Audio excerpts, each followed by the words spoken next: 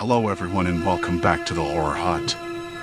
Before you drift off, it would be a nice idea if you could leave a comment to let me know where you are listening from. Please don't forget to give the video a like and subscribe to the channel. Right, let's get comfy and relaxed, and let's begin.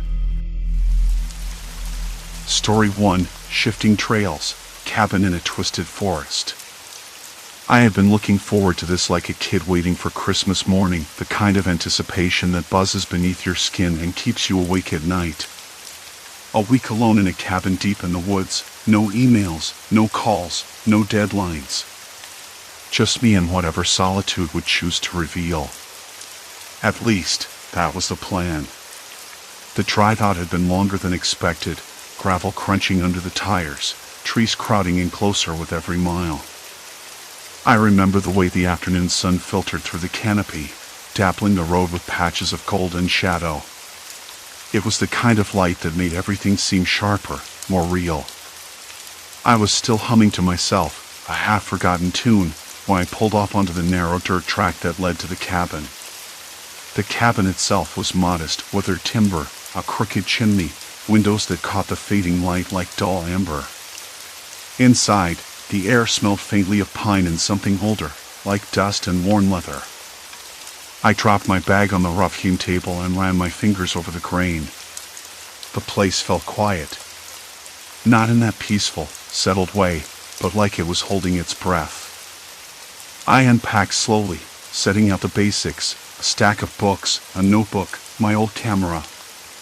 Nothing fancy. The silence crept in as day slipped into evening. Outside, the wind shifted through the branches with a soft rustling, like whispered secrets. I caught the scent of damp earth and something else sharp, almost metallic. I shrugged it off. Probably just the forest settling down for the night. That first night was surprisingly cold. The thin quilt did little to stop the chill that seeped in through the walls. I lit a candle, watching the flame flicker and dance against the shadows. The quiet pressed closer, but I told myself it was just the unfamiliar. It had to be. Sleep was fitful. I dreamed of wandering paths that twisted and turned, never leading anywhere. When I woke, the sun was already high, pouring pale light through the curtains. Outside, the woods looked different, denser, almost menacing, though I'd only just arrived. I pulled on my boots, grabbed the map I'd brought, and stepped out. The trail was narrow, bordered by thick ferns and moss-covered stones. The air smelled fresher here, with a hint of something sweet and sour I couldn't place. Birds called overhead, but their songs were muffled, distant. I walked for an hour, following the path as it curved around a stand of birch trees. The bark was smooth under my hand, cool and slightly damp. I paused at a fork in the trail, consulting my map. I was sure the left path should lead back to a small clearing marked with a stream. But the markers on the trees, bright orange blazes, seemed to shift position, almost as if they'd been moved. I frowned. It made no sense. I double-checked the compass app on my phone, but it spun erratically, refusing to settle on a direction. Odd. I chose the left path anyway, trusting my instincts more than technology. The ground beneath my boots was soft, muffling my footsteps, but the deeper I went, the more the forest seemed to close in. The trees leaned closer, their branches tangled like arthritic fingers. I still can't explain it. The smell returned stronger now, sour and metallic. I stopped, breathing it in, trying to place it. Gas. But from where? The trail became less distinct, shadows pooling beneath the thick canopy. I noticed a faint hissing sound, like air escaping from a slowly deflating tire. My hands trembled slightly as I scanned the underbrush, but all I saw were mossy logs and tangled roots. The sun was dipping lower, the light turning yellow and then orange. I checked the map again. The clearing should be just ahead, but it wasn't there. Nothing but trees.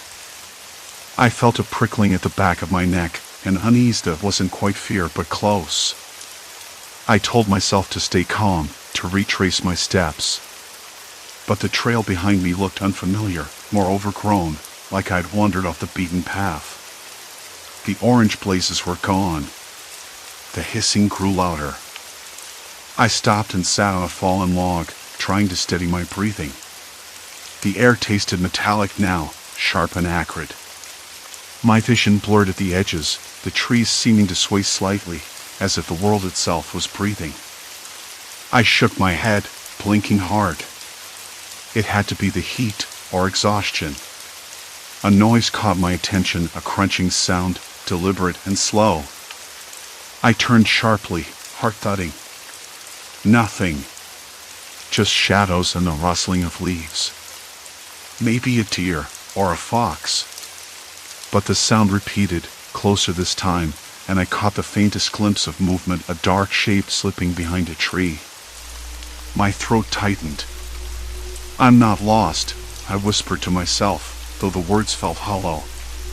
"Just turned around." But even as I said it, I doubted the truth. The forest was changing, shifting in ways that made no sense.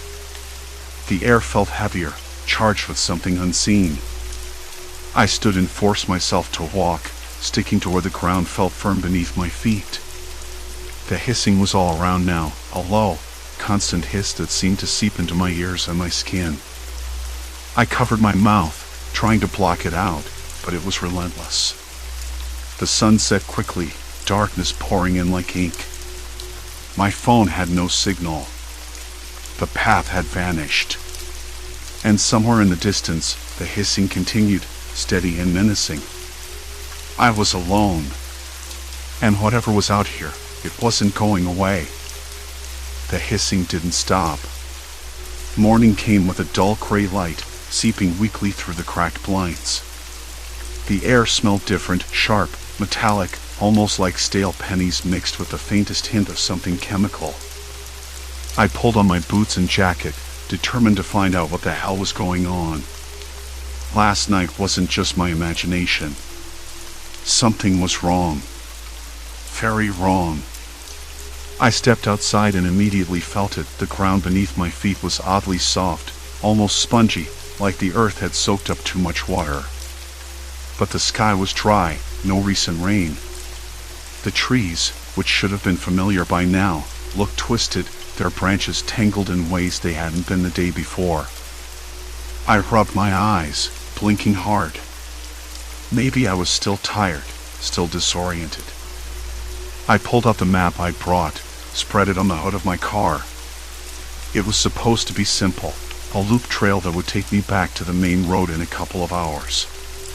But the landmarks didn't line up. A small creek marked on the map was nowhere to be found. Instead, there was a narrow ditch, filled with stagnant water and a faint oily sheen on top. The hissing was quieter now, but definitely still there. I followed its direction, trying to ignore the creeping nausea rising in my throat. My head felt thick, as if someone had replaced the air inside it with cotton.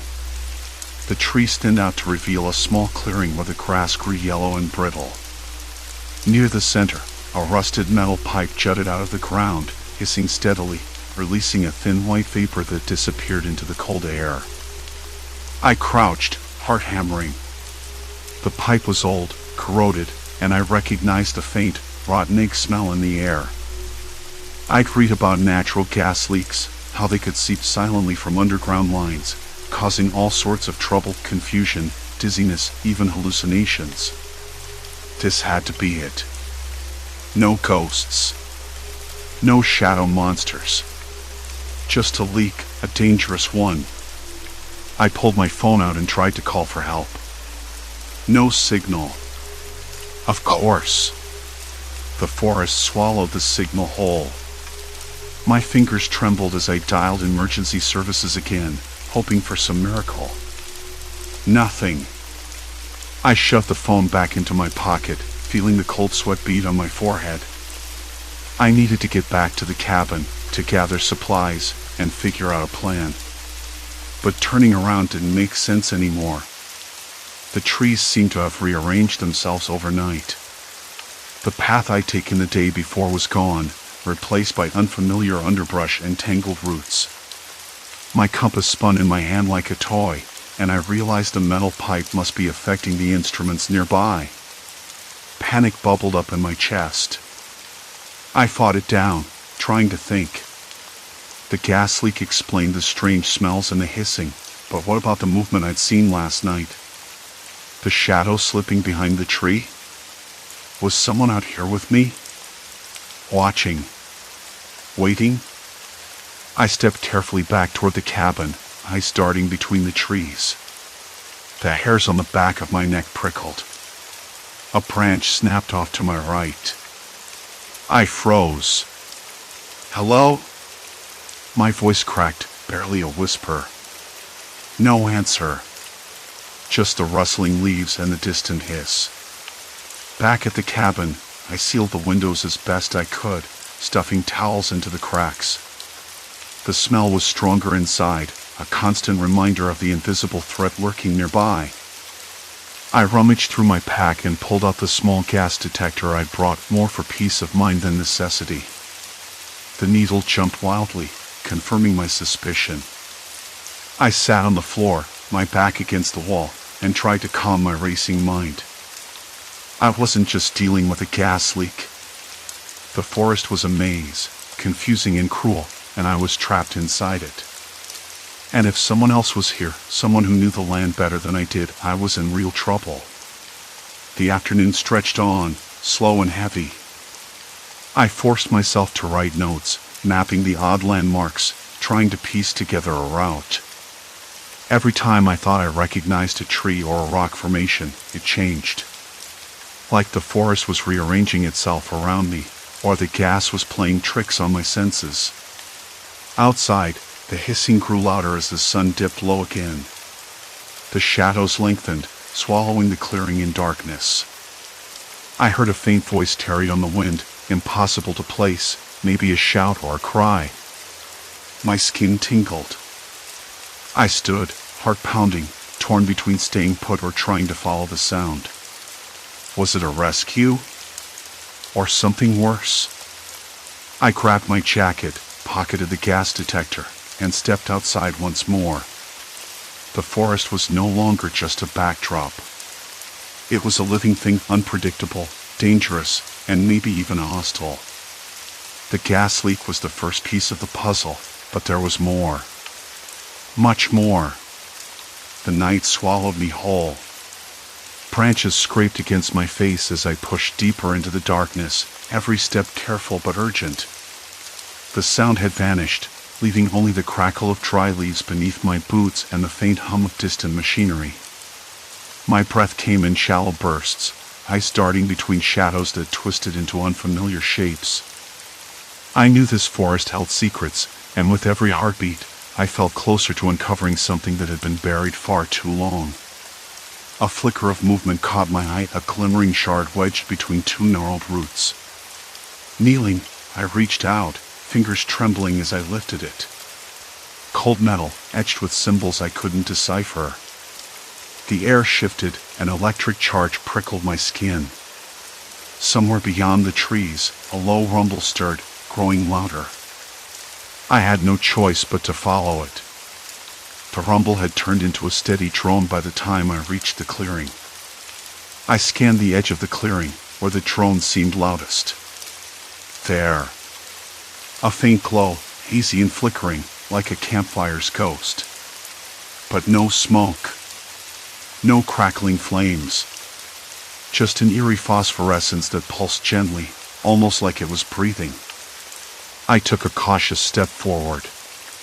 The ground beneath my boots suddenly felt spongy, unnaturally soft. I squatted down, pressed my fingers into the earth, and recoiled. The soil smelled sour, something rotten beneath the pine needles. A faint hiss sizzled beneath my ears, like a boiling kettle, but the air was still. No wind. No movement. Yet the sound persisted. I swallowed hard. The gas. That's what it had to be. The leak wasn't just disrupting my senses, it was saturating the very air I was breathing. I could taste it now, a faint metallic tang at the back of my throat, like licking a battery. My head throbbed, and for a moment, the edges of the clearing warped like a heat haze. The forest was bending around me. I caught a flicker of movement out of the corner of my eye and spun. Nothing. Just trees. But the shadows felt wrong, the way they stretched and twisted. My pulse quickened. I was no longer just lost, I was trapped. The trails I'd memorized, the landmarks I'd counted on, they were lies now, illusions spun by this creeping, invisible menace. I needed to get back to the cabin. Safe ground. But when I turned, the trees seemed denser. The path I'd come down was gone, swallowed by darkness and thick underbrush. Panic gnawed at my ribs. I'd been walking for hours, circling without realizing it. The forest was a maze, and the gas was the architect. I pulled out my phone, no signal. Of course. I should have expected that. The isolation felt heavier than ever. I slid down against a tree trunk, the bark rough against my back, and tried to steady my breathing. My fingers shook as I traced the carvings on the metal shard, hoping for some sense, some direction. Instead, my mind scrambled, piecing together fragments of half-remembered warnings from the cabin's old guest book about strange disappearances around here. The gas was just the start. Why hadn't I noticed it sooner? The headaches, the dizziness easy to dismiss as exhaustion. The shifting trails, the warped landmarks, they weren't tricks of the mind alone. They were symptoms of something far more insidious. The gas leak was poisoning my senses, warping reality around me, and whoever or whatever had caused it was still out there. A faint sound tugged at the edge of my awareness. A low voice, maybe. Or the wind. I strained to listen, but only the drone and the hiss filled the air. Still, it was enough to make me jump up and peer into the darkness. Then I saw it, a faint glimmer of light between the trees, moving deliberately, methodically. Someone else was here. Hello? I called, voice uneven but loud enough to carry. Silence. The light vanished, swallowed by the forest. My stomach clenched. I wasn't alone, and that meant danger. I needed a plan. I couldn't wander blindly anymore. The gas was messing with my head, but I had to trust something, my instincts, my memories, anything. The cabin. Shelter. Maybe if I could retrace my steps by the stars, though even that seemed unreliable tonight. I reached into my pocket for the small compass I'd brought along, the one thing I could count on. The needle wavered wildly, spinning like a top. My breath caught. Even the compass was unreliable. The gas must be interfering with it too. I sank to the ground again, head in my hands. The cold metal shard felt heavier now, almost pulsing in my palm. The symbol seemed less like a code and more like a map, one I couldn't read but that promised answers if I followed it. But follow it where? Deeper into this nightmare? A sudden crack, branches snapping nearby, jerked me upright. I froze, heart hammering against my ribs. The forest was alive with unseen watchers. I swallowed, voice barely a whisper. I'm not a threat. No response. Just the drone, the hiss, and the oppressive silence. I realized then that turning back wasn't an option. The gas had seeped into the soil, the roots, the very air. It was a trap. The forest's shifting trails were no accident but a deliberate, natural maze designed to confuse and contain.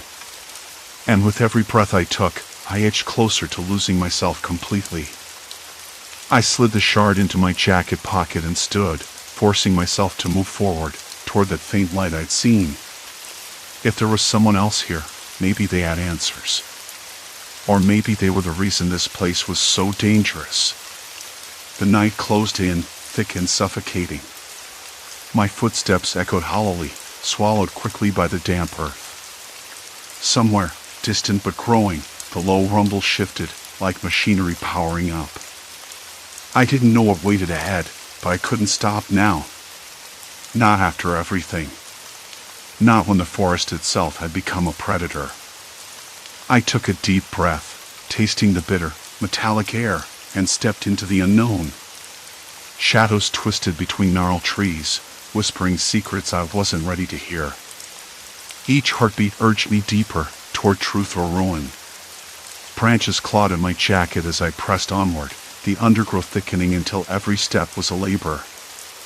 The rumble pulsed beneath my feet now, a mechanical heartbeat syncing with my own. I glanced up there, between the skeletal trunks, a faint glow flickered, unnatural and persistent. Something moved just beyond that light, deliberate and slow. I froze, senses sharp. A figure emerged, half shrouded in shadow, its eyes reflecting the eerie luminescence like twin embers. It didn't speak, but the weight of its gaze was a language all its own, warning, invitation, or threat, I couldn't tell. The ground vibrated suddenly, a low, grinding sound rolling through the trees. I stumbled backward, heart hammering, as metal and wood groaned in protest. From the depths of the forest, shapes began to take form, hulking silhouettes of rusted gears and twisted vines intertwined, machinery fused with nature in grotesque harmony. The predator wasn't just the forest anymore. It was the forest and the machine, evolving into something neither wholly alive nor entirely dead. My mind reeled, but my legs moved on instinct, driven by a resolve that burned brighter than fear. Ahead, the glow brightened, revealing the entrance to a cavernous hollow where the forest's secret pulsed, the source of the rumble, the heart of this mechanical wild.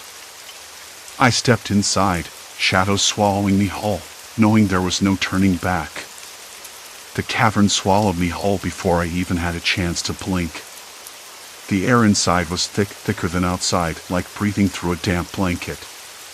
My lungs burned as I forced a slow, steady breath, tasting something sour and metallic at the back of my throat. I swallowed hard, the sound that seemed to vibrate in my bones of my own gulp echoing unnaturally in the hollow. Around me, the walls pulsed faintly, alive with shadows that didn't quite belong to the forest. I had expected darkness, but this was something else entirely. The ground beneath my boots wasn't earth anymore. It was cold metal, slick and uneven, with patches of moss trying desperately to cling to its rusted surface. The grinding noise from outside was louder now, a deep, mechanical growl that seemed to crawl beneath my skin.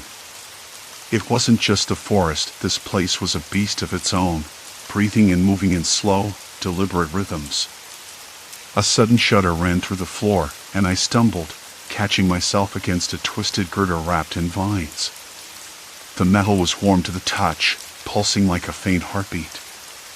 I pressed my palm harder, trying to steady myself, but my fingers trembled. The vines seemed to twitch, as though they were watching me, waiting. I swallowed again, trying to chase down the panic rising in my chest. The eyes from before, the glowing embers in the dark, were still burning in my mind. They hadn't blinked, hadn't moved, just held me in their gaze. What did they want? Was it a warning or an invitation? Or something darker? I moved forward, each step a careful negotiation with the uncertain ground. The air smelled sharp, like ozone mixed with something rotten and chemical, a scent that made my stomach churn. I fought the urge to gag, but still pressed on, drawn deeper into the hollow. The walls here weren't just metal and vines, they were wires and pipes, half buried in the earth, some leaking a faint hiss of gas that made my ears ring. I knew, somehow, this was the source. The reason the forest had twisted, the trails that shifted beneath my feet, the landmarks that bent and warped like reflections in a disturbed pond. It wasn't a trick of the mind. It was gas, dangerous, invisible, creeping into my senses and pulling the world apart. But why? And who had left it here? A sudden clatter echoed through the hollow, sharp against the low rumble. I still can't explain it. My head snapped toward the sound, heart thudding so hard it nearly drowned out everything else. There was movement, something or someone slipping between the shadows.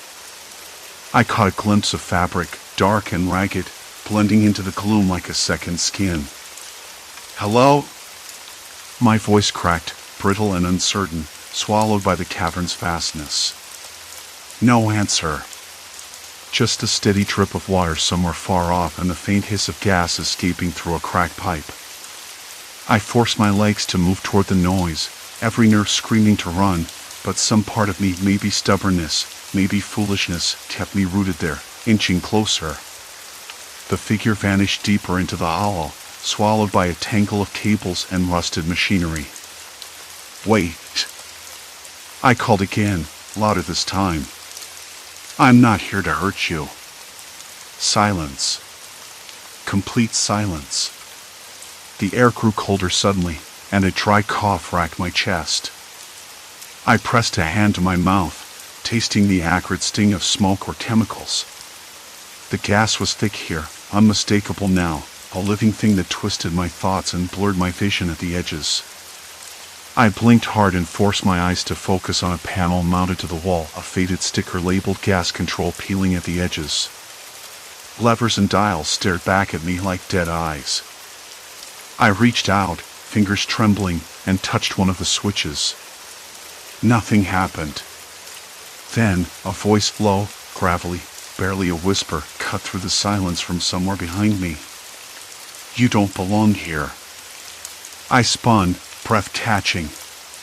The figure was there, just beyond the dim radius of my flashlight, a man maybe a few years older than me, his face half hidden in shadow. His eyes were sharp, suspicious. "I'm just passing through," I said, trying to keep my voice steady. "I didn't mean to passing through." He laughed, bitter and dry. "No one just passes through anymore.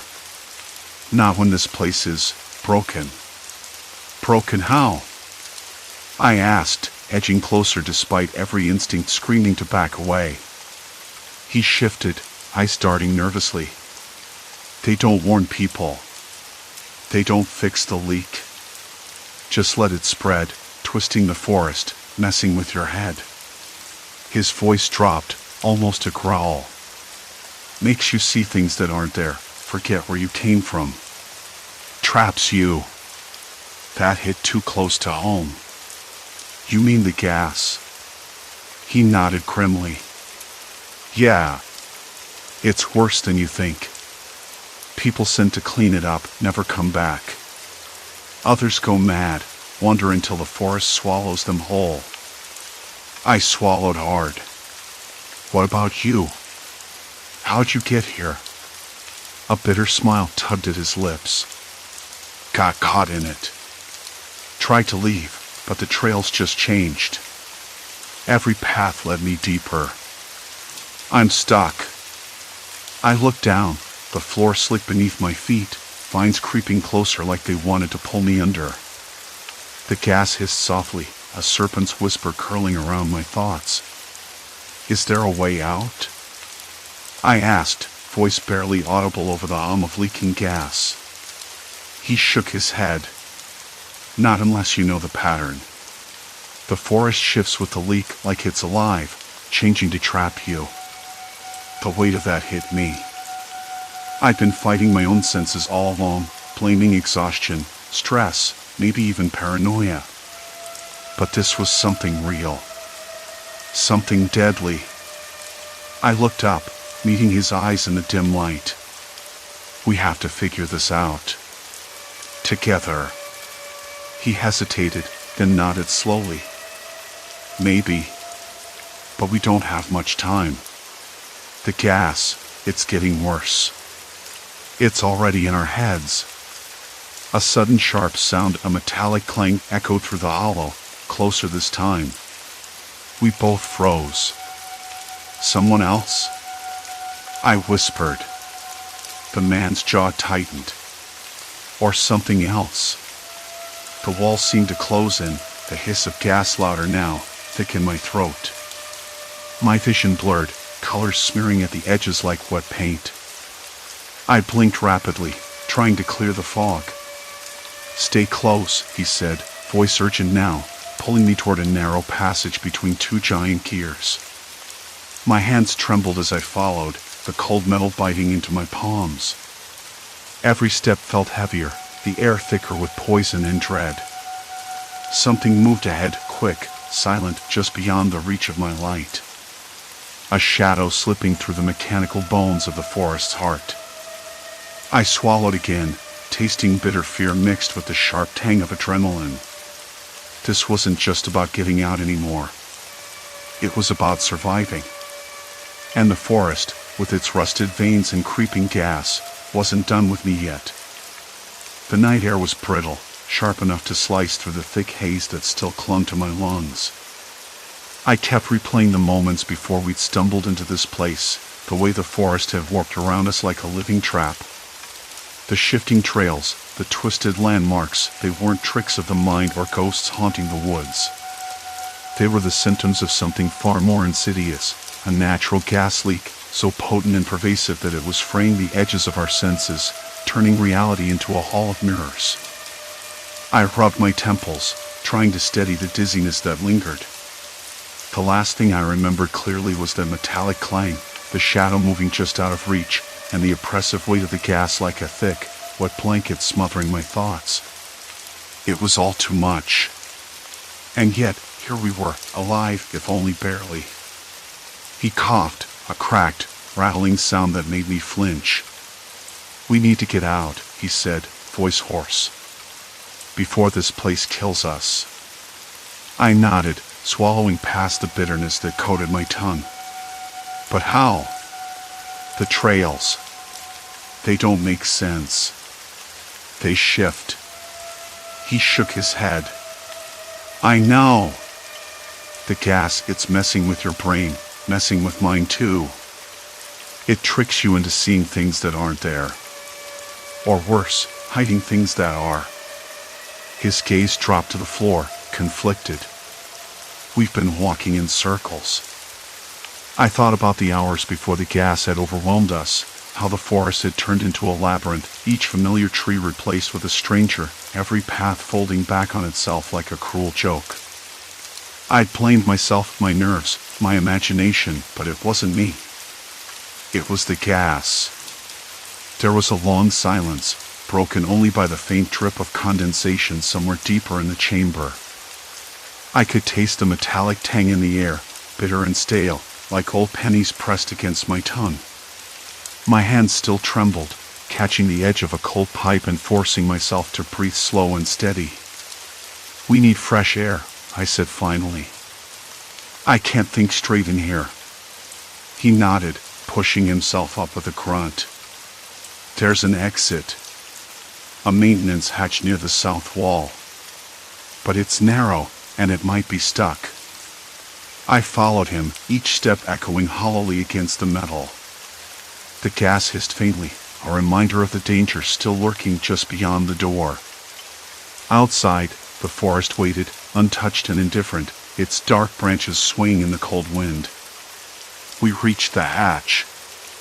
I pressed my shoulder against the rusted door, feeling the grit of years of neglect biting into my skin. It didn't budge. He joined me, and together we pushed, grunting, straining against the stubborn metal. "Almost," he muttered, teeth clenched. And then, with a reluctant groan, it gave way. A rush of cold, pine-scented air flooded in, sharp enough to choke me, but it was the first real breath I'd taken in what felt like forever. We crawled out, blinking against the sudden brightness of moonlight filtered through thick branches. The forest was quiet, save for the distant call of an owl and the rustle of dry leaves underfoot. But the relief was fragile, like a fragile thread stretched too thin. "I'll admit," I said, voice shaking a little, "I'm not sure I want to look back." He chuckled softly, a sound that felt foreign but welcome. "Neither do I." He paused, then added, "But we have to. Someone needs to know about that gas leak. If it's been messing with people's heads, trapping them out here." I swallowed hard. The thought of others lost, confused, maybe worse, made my stomach twist. We'll figure it out. Together. For the first time since this nightmare began, I felt something like hope. Not because the forest was safe far from it, but because I wasn't alone. There was still a chance to survive, to escape the distorted wilderness that had tried to swallow me whole. The walk back to the cabin was slow, deliberate. Every familiar landmark was no longer a trick but a signpost guiding me home. The forest's whispers felt less threatening, more like a warning I was finally ready to heed. When I finally stepped inside the cabin, the wooden floor creaked beneath my boots, grounding me in reality. I opened the windows wide, letting the cold night air chase away the stale poison that had clung to every corner. The scent of pine and earth seeped in, mingling with the faint smell of burnt coffee from the morning. I sank into the worn armchair by the fire pit, though I didn't light a match. I just sat, letting the quiet settle over me like a bomb. My hands stopped trembling, the fog in my mind slowly lifting. The forest outside was still there, unchanging, unknowable, but I was different now. I'd come seeking solitude, a break from the noise of the world. Instead, I found something darker, something that challenged the very way I perceived reality. The gas leak had distorted the forest, yes. But it had also stripped away my illusions, forced me to confront my own fragility. The man, who I finally learned was named Sam, joined me moments later. We shared a silence that needed no words. Neither of us wanted to speak of what might have waited in the shadows, or the lingering sense that we were still being watched. But we also knew we couldn't stay. The forest wouldn't let us linger in peace. By dawn, we had packed the essentials, ready to leave this place behind. The sun rose slow and orange, casting long shadows that no longer twisted into lies. I took a last look at the cabin, the trees, the trails that had once betrayed me. And I realized I would carry this place with me. The fear, the confusion, the strange beauty of a forest that was as much a trap as it was a refuge. As we stepped onto the worn path leading back to civilization, I glanced over at Sam. "What now?" He shrugged, a small smile tugging at the corner of his mouth. "Now, we make sure no one else gets lost out here." I nodded, feeling the weight of that promise settle deep in my chest. The forest had changed me. It had shown me how fragile our senses are, how easily reality can unravel. But it had also reminded me of something stronger, our will to survive, to make sense of chaos, and to find a way back from the edge. Even if the echoes of that place never truly fade. Story 2, The Repository of Lost Memories, Haunting Relics Unearthed. The Repository of Lost Things wasn't exactly the kind of place most people dreamed of working in. I arrived just as the sky was a dull gray, the kind of morning that makes the world feel soft and uncertain, like it hasn't quite decided what it wants to be yet. The door protested with a long, low creak when I pushed it open, and the thin scent of lemon polish mixed with something older, maybe wood rot or forgotten things, hit me immediately. The air was cool, but not cold, and the walls around the narrow hallway were lined with shelves crammed full of boxes, jars, and little trinkets. A faint humming from the old ventilation system buzzed overhead, rattling the loose plaster, a background noise I'd come to depend on. I hung my coat on the rack near the entrance, the fabric catching on a rough nail. I always found the texture of the plaster walls fascinating, uneven, like the building had been patched together one piece at a time. My fingers traced a small crack running along the corner, feeling the cool grit beneath my nails. It was a tactile reminder that the repository was older than anyone could really say. No one knew who started it, or why, but it had been collecting lost things for as long as the neighborhood had existed. Things people had misplaced, forgotten, or maybe just abandoned. My job as curator was simple in theory: catalog, preserve, and occasionally help visitors find something they believed they'd lost. It was more like babysitting a chaotic museum of personal histories and stray memories. Most days were uneventful. Today was supposed to be just another normal Tuesday. I made my way down the main corridor, past rows of shelves that seemed to stretch endlessly in both directions. The fluorescent lights overhead flickered with a rhythmic buzz, casting a pale, flickering glow that made every shadow look a little too long. Somewhere in the distance, a dog barked once, sharp and sudden, then silence. Complete silence. I reached my office, a cramped space jammed with filing cabinets and stacks of notebooks.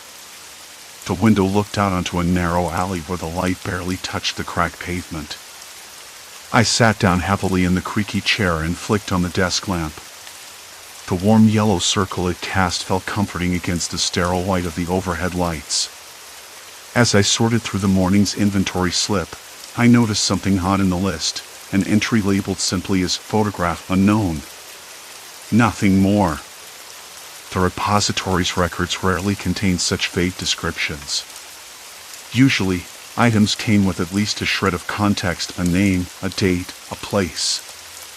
I frowned and flipped to the shelf where the photograph was supposed to be. The photo was tucked inside an old envelope, yellowed and brittle, the edges curled like the pages of a forgotten book. I pulled it up carefully and held it up to the light. The image was black and white, showing a group of people standing in front of a house that looked vaguely familiar, but I couldn't place it. The faces were blurry, almost out of focus, but one woman's eyes caught me. Sharp, clear, and somehow intimate. I blinked. Why did she look like someone I should know? I put the photo down and rubbed my temples. Maybe I was tired. It was early yet. I picked up a magnifying glass and examined the back of the photo. Nothing but a faint smudge that might have been a date once, now illegible. I tried to shake off the uneasy feeling creeping up my spine. The repository was full of things tied to people's memories, old letters, forgotten toys, broken watches, but none had ever felt like pieces of me before. I told myself it was just coincidence, or maybe my imagination running wild. The building hummed quietly around me, like a living thing breathing in the half-light. Somewhere, a floorboard creaked. I glanced toward the door, half expecting to see someone standing there, but the hallway was empty, silent except for the steady buzz of the lights. I decided to take a break and wandered toward the cafe across the street. The bell above the door jingled as I entered, mixing with the rich smell of coffee and warm pastries. The barista, a young woman with bright red hair and a smattering of freckles, gave me a nod. "Morning, Tom." "The usual?" she asked, already reaching for the espresso machine lever. I smiled, grateful for the normalcy of it. "Thanks, Lisa." "Yeah, that'd be great." While I waited, I stared out the window at the street beyond. A man in a rumpled suit shuffled past, clutching a briefcase. A kid on a bike zipped by, laughing. Nothing unusual. Yet the photo still lingered in my mind, the woman's eyes sharp and accusing, as if she wanted me to remember something I couldn't. Back at the repository, I sat down with my coffee and pulled the photo back out. I turned it over again and again, tracing the faint creases with my fingertips. A name whispered at the edge of my memory, but it slipped away every time I tried to grasp it. Later, as I filed the photo away, I noticed a small slip of paper tucked inside the envelope. It hadn't been there before. Or maybe I hadn't seen it. The handwriting was neat but hurried. "Remember what is in yours." I stared at the words, a chill creeping over my skin despite the warmth of the room. The phrase made no sense. I folded the slip carefully and slipped it into my pocket.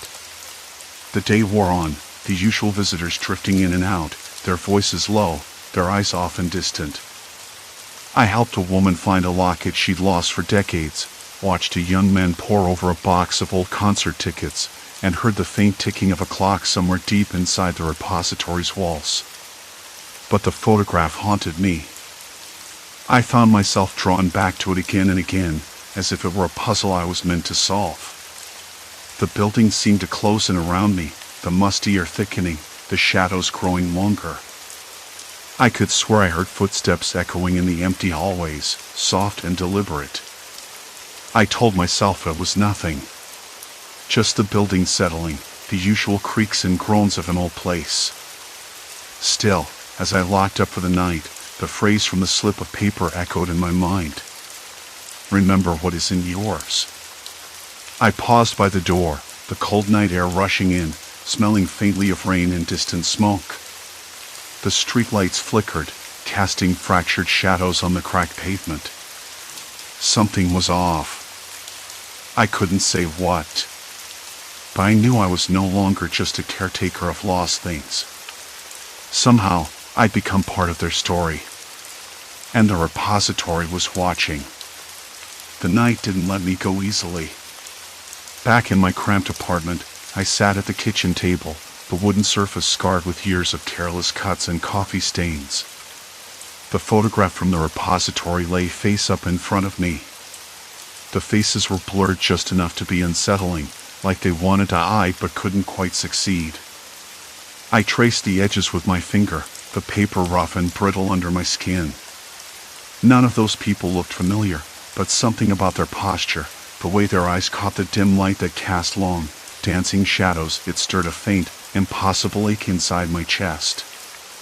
I told myself it was nonsense. Still, I couldn't shake the feeling that I was missing something crucial. The clock ticking somewhere inside that building had been louder than usual. Not just a settling noise anymore, deliberate, steady. Like a heartbeat. The next morning, I arrived early, the sky still a pale gray smear with the scent of rain hanging in the air. The city was waking up slowly, and the usual distant hum of traffic was punctuated by a dog barking somewhere down the street. Inside the repository, the musty smell wrapped around me like a thick blanket, and the flickering fluorescent lights overhead cast long, jittery shadows. I found myself drawn back to the same box of concert tickets, the ones I'd been studying the night before. They lay scattered on the table, yellowed and curling at the edges. I picked up the top ticket, a faded stub from a local punk show in '82. The handwriting on the back was neat but hurried. For Jenny, remember the night we almost got caught. The name was unfamiliar, yet when I said it out loud, my throat tightened. Jenny. Who was she? I flipped through more tickets, postcards, scraps of paper with half-remembered scribbles. Then, tucked under a brittle envelope, I found a small, folded note. The handwriting was different, shaky, almost childlike. You don't belong here. They're watching. Don't forget. A cold shiver ran down my spine. I shoved the note into my pocket and stood up, the wooden floor creaking beneath my boots. Something about the note felt urgent, desperate. I needed to know who wrote it and why. I decided to check the employee records. Maybe there was a clue in the people who had worked here before me. The archives were on the second floor, behind a door marked staff only that creaked open like it hadn't been used in years. Inside, the air was thicker, dust motes swirling in the weak sunlight filtering through grimy windows. Rows of metal filing cabinets stood like silent sentinels. I pulled open drawers one by one, the smell of old paper and rust filling the space. Names, dates, photographs, faces I didn't recognize, but some that made my stomach twist. There was a photo of a man I could swear I'd seen before, though I had no memory of him. His eyes were sharp, accusing, and he wore a lopsided smile like he knew a secret. I thumbed through more files until I found a folder labeled simply, Missing.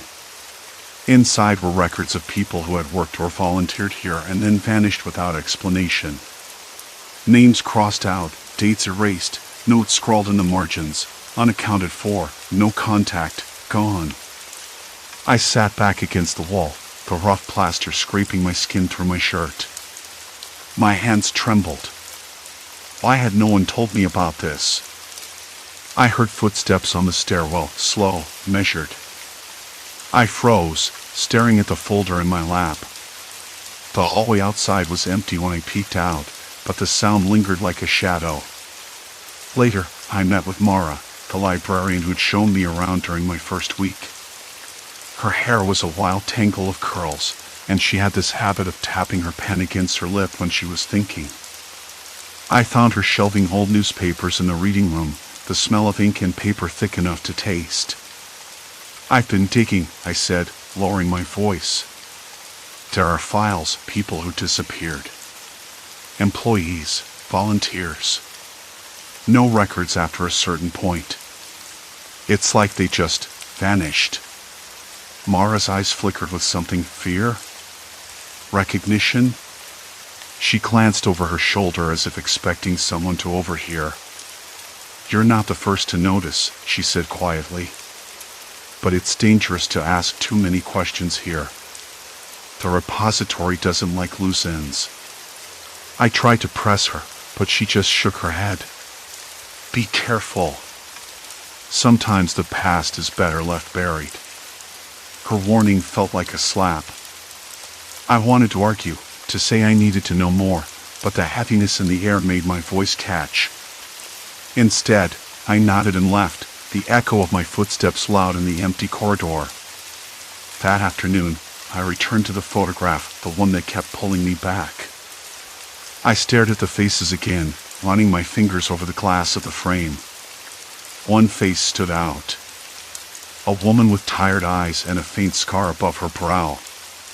She looked out of place, like she belonged somewhere else, some other time. I swore I knew her. I flipped the frame over, hoping for a clue. On the back, scribbled in faded ink, was a date, 1976. And a name, Eleanor. I whispered it, tasting the word. Eleanor. I had never heard that name before.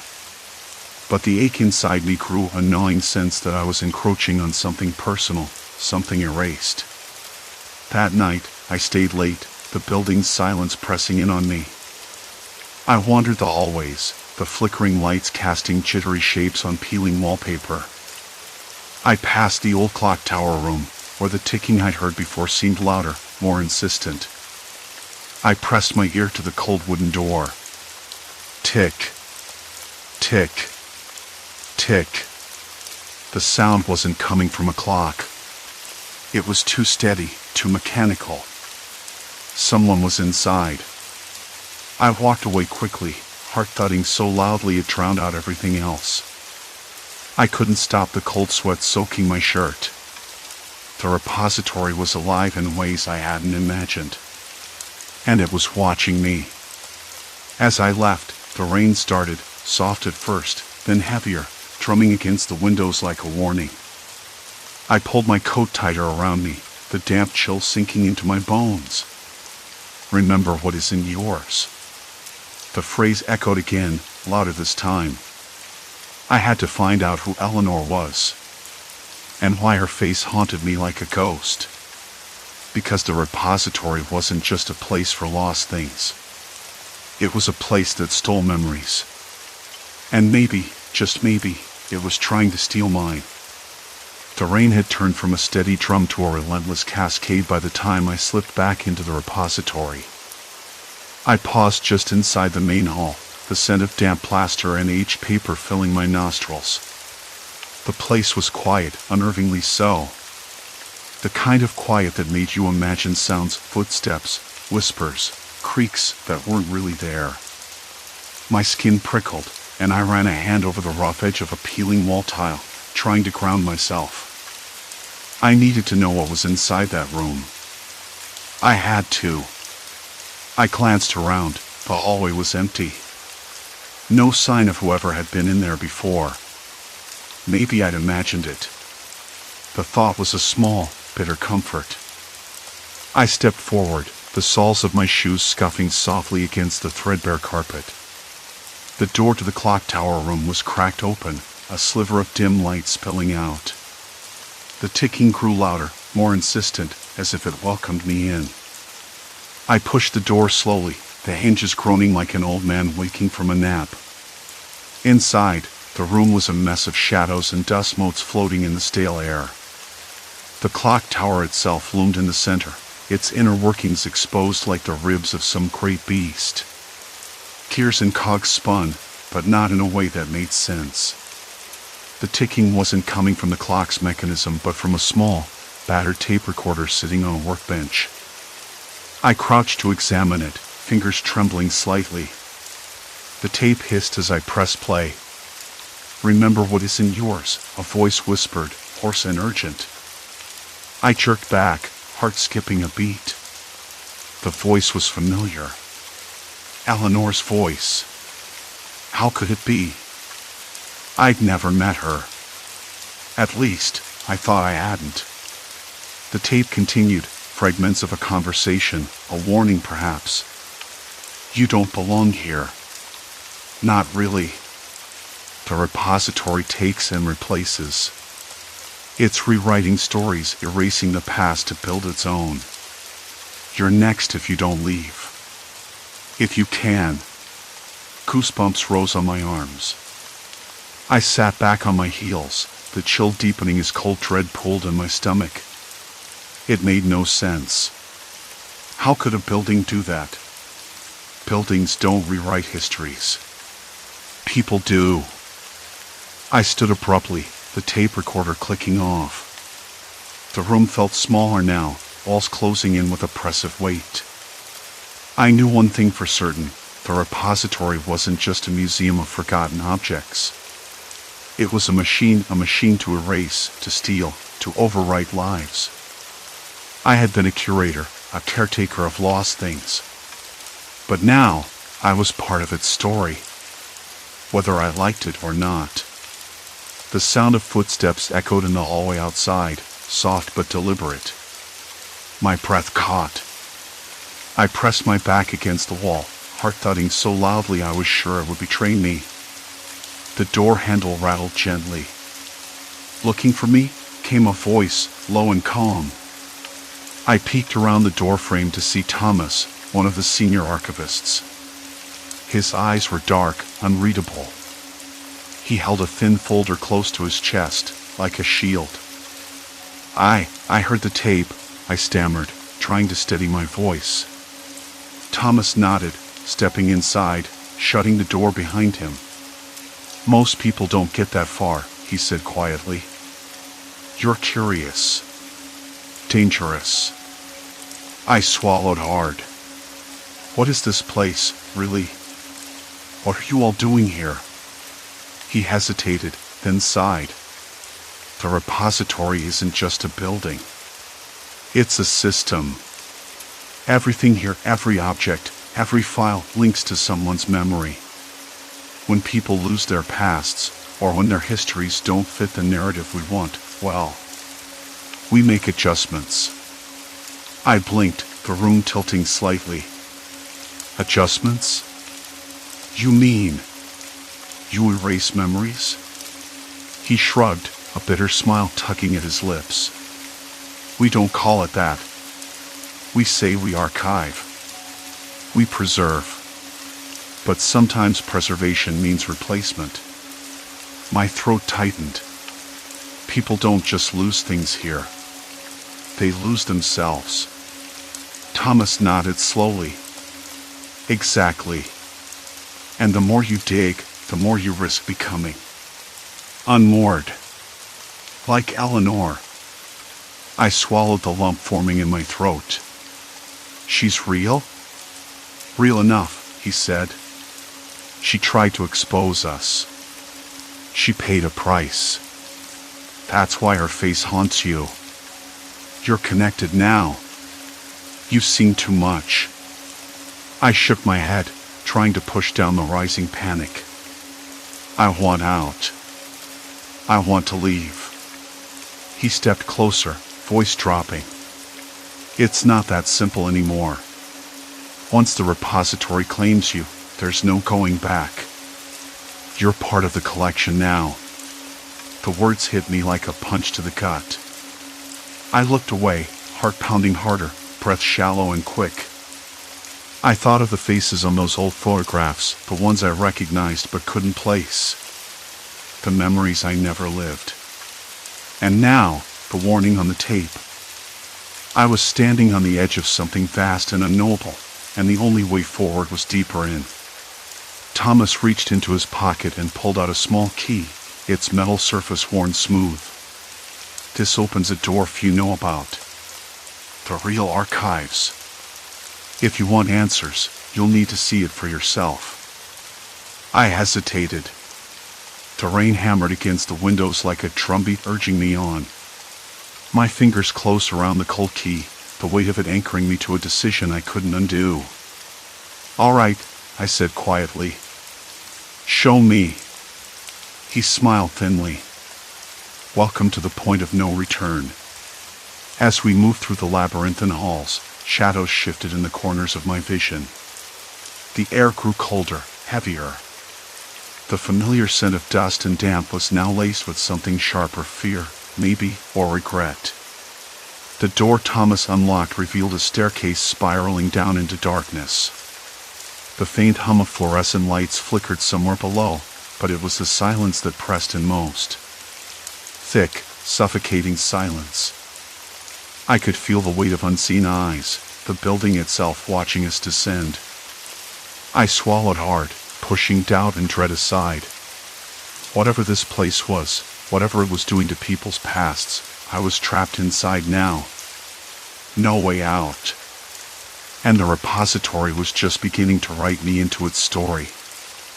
The staircase groaned beneath our feet, a low, protesting creak that seemed to echo down into the depths of whatever waited below.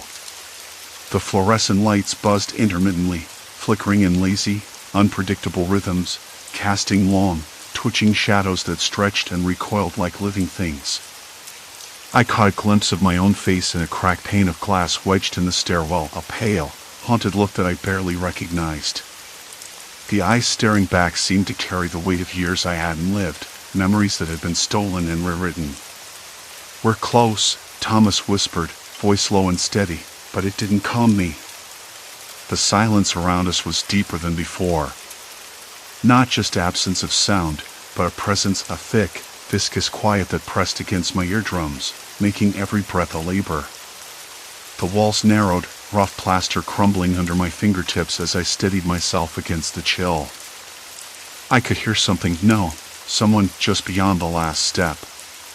A soft clicking, rhythmic and deliberate. Like a typewriter.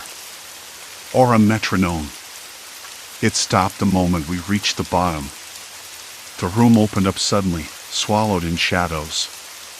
A single overhead lamp flickered erratically above a low metal table scattered with papers, photographs, and objects. Old things. Things I recognized too well, but shouldn't have. A cracked porcelain cup with a faded floral pattern. The edges worn smooth, like it had been handled 1,000 times. A pair of round glasses, bent and dusty. A child's shoe, scuffed and small.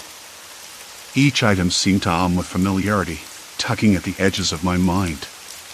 And then I saw it, a photograph pinned to the wall, curling at the edges. A smiling woman with dark hair, eyes that shone with warmth. She looked out at me, and my breath caught because I knew her. I didn't want to know her, but I had to. "Who is she?" I asked, voice barely a whisper. Thomas didn't answer. Instead, he moved to the table, rifling through the papers with a practiced hand. "You're beginning to understand," he said finally, eyes locked on me. "These pieces, they belong to people who came here before you. People whose pasts were rewritten." I swallowed hard, the room tilting slightly. "Why? How?" He shrugged, a gesture so small it might have been missed. "Because this place needs a story. A history it can control. People come here with their lives and their memories, and the repository takes what it wants. Leaves them with blanks. Fragments. A new narrative written over the old." I wanted to argue, to scream that it couldn't be true, but the evidence was all around me in the objects, in the faces looking back from cracked photographs, in the hollow spaces where memory should have been. Why me? I asked. Why am I part of this? Thomas looked away, jaw tight. Because you're curious. Because you asked questions you shouldn't have. Because the building senses it can use you. And you can't leave. Not now. The words hit me like a blow. I swallowed again, dry and bitter. The air was thick and cold, and sweat prickled at the nape of my neck despite the chill. Suddenly, a soft shuffle from the corner of the room. I whipped my head around, heart hammering. A figure stepped out from the shadows, tall and thin, face obscured by darkness. I couldn't make out the features, but the presence was unmistakable, deliberate, watching, waiting. Did you think you'd come this far without encountering someone? The voice was calm, almost polite, but threaded with menace. You're trespassing where you don't belong. Thomas stiffened beside me, but said nothing. The figure moved closer, and as the weak light flickered, I caught a glimpse of their eyes, cold, calculating, empty of anything human. Why do you do this? I demanded, trying to keep my voice steady. Why erase people's pasts? Because memories are fragile. And stories are power, the figure replied smoothly. If we control the narrative, we control everything. People forget their histories, their pain, their failures, and they become easier to manage. I looked down at the cracked porcelain cup, then back at the figure. You're destroying people. Rebuilding, they corrected. You don't get it. The world outside is chaos. Here, we create order. Order. The word tasted bitter and wrong. My hands trembled, fingers curling into fists. I wanted to run, to scream, to tear down every shadowed corner of this place. But I was trapped. The stairs behind us were swallowed in darkness, the only light a flickering, unreliable promise. Thomas, I said sharply, what do we do? He met my gaze, eyes dark and unreadable. We survive. We find the truth. And then we decide if this place is worth fighting. The figure stepped closer still, voice dropping to a whisper. You've already been rewritten. You just don't know it yet. A cold laugh escaped me, hollow and brittle. Then maybe it's time I remembered. The air shifted, heavy with threat and possibility. The walls seemed to close in, the silence roaring louder than any scream. I was caught in the center of a storm I couldn't escape, a story written in shadows and secrets. And the repository had only just begun its next chapter. The lights flickered once more and died. Darkness swallowed us whole. The morning light outside the repository was weaker than usual, filtered gray through the thick glass and smudges on the windows. I stood by the main desk, the air stale, smelling faintly of old paper and dust stirred up from shelves. The sound of a distant lawnmower buzzed, but inside, silence was heavier than ever. I ran my fingers over the worn wood, noticing a small chip near the edge, the rough grain catching under my nails. I'd spent weeks unraveling the repository's secrets, and now, finally, I understood what it had been doing, what it still was doing to the people who came here. The objects weren't just lost things. They were anchors to memories, to identity. But the repository wasn't preserving them. It was rewriting history, erasing pasts, and weaving new stories from nothing. I'd seen it in the faces behind the objects, in the fragments of lives that didn't belong to anyone anymore. And worst of all, in the mirror. I realized I was one of those rewritten lives too. I sat down heavily, the chair creaking under me. The catalog lay open on my lap, a list of names and dates that no longer matched the people I thought I was. I traced a finger down a column, stopping at a name I recognized, mine. The entry was incomplete, missing years I remembered clearly, replaced with gaps and strange annotations. I should have been furious, or terrified, but instead, a hollow calm settled over me. This place had taken something essential, but knowing the truth felt like the first step toward reclaiming it. I knew I had to confront the curator, the man who'd overseen all this and let the building do its quiet, terrible work. His office was tucked away behind a false wall in the east wing, a door disguised as shelving. I found it without much trouble, the paint peeling in the lock old but not rusty. I hesitated, hand on the doorknob, the scent of damp plaster and mildew thick in the narrow hall. A faint hum of fluorescent lights buzzed overhead, flickering once then steadying. Inside, the room was dim, cluttered with files and half-empty coffee cups. He was there, older than I expected, his face lined with fatigue and something else, regret, maybe? He looked up when I entered, surprise flickering across his eyes, quickly masked. "You've seen too much," he said quietly. "I needed to," I replied, my voice steadier than I thought possible.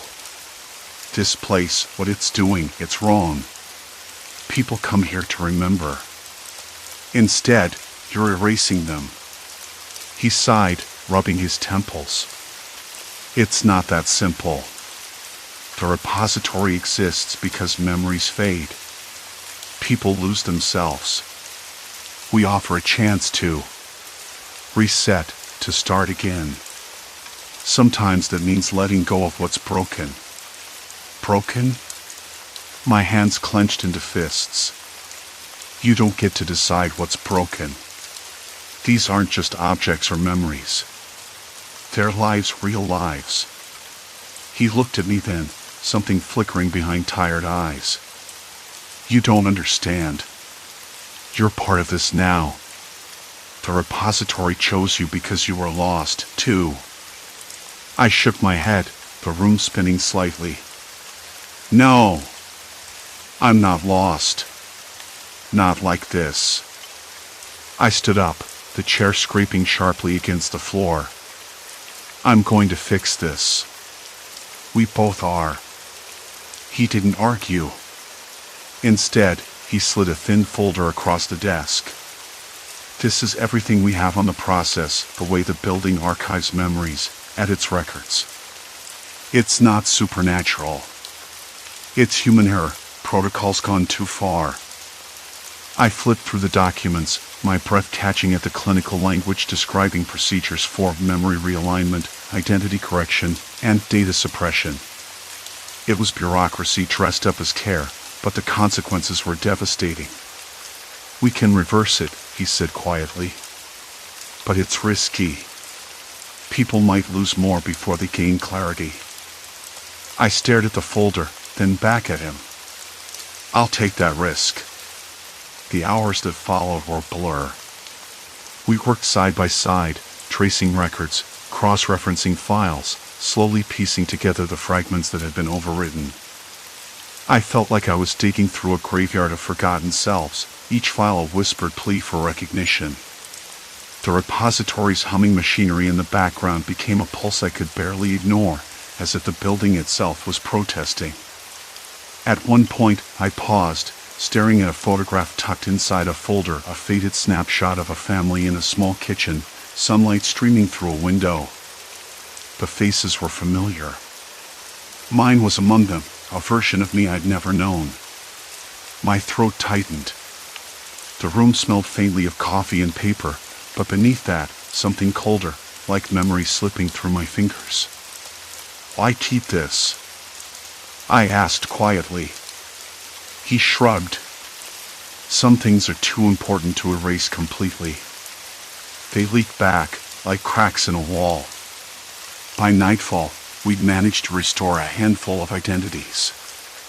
I watched as profiles flickered back to life on the repository's screens, names reappearing where there had been only blanks.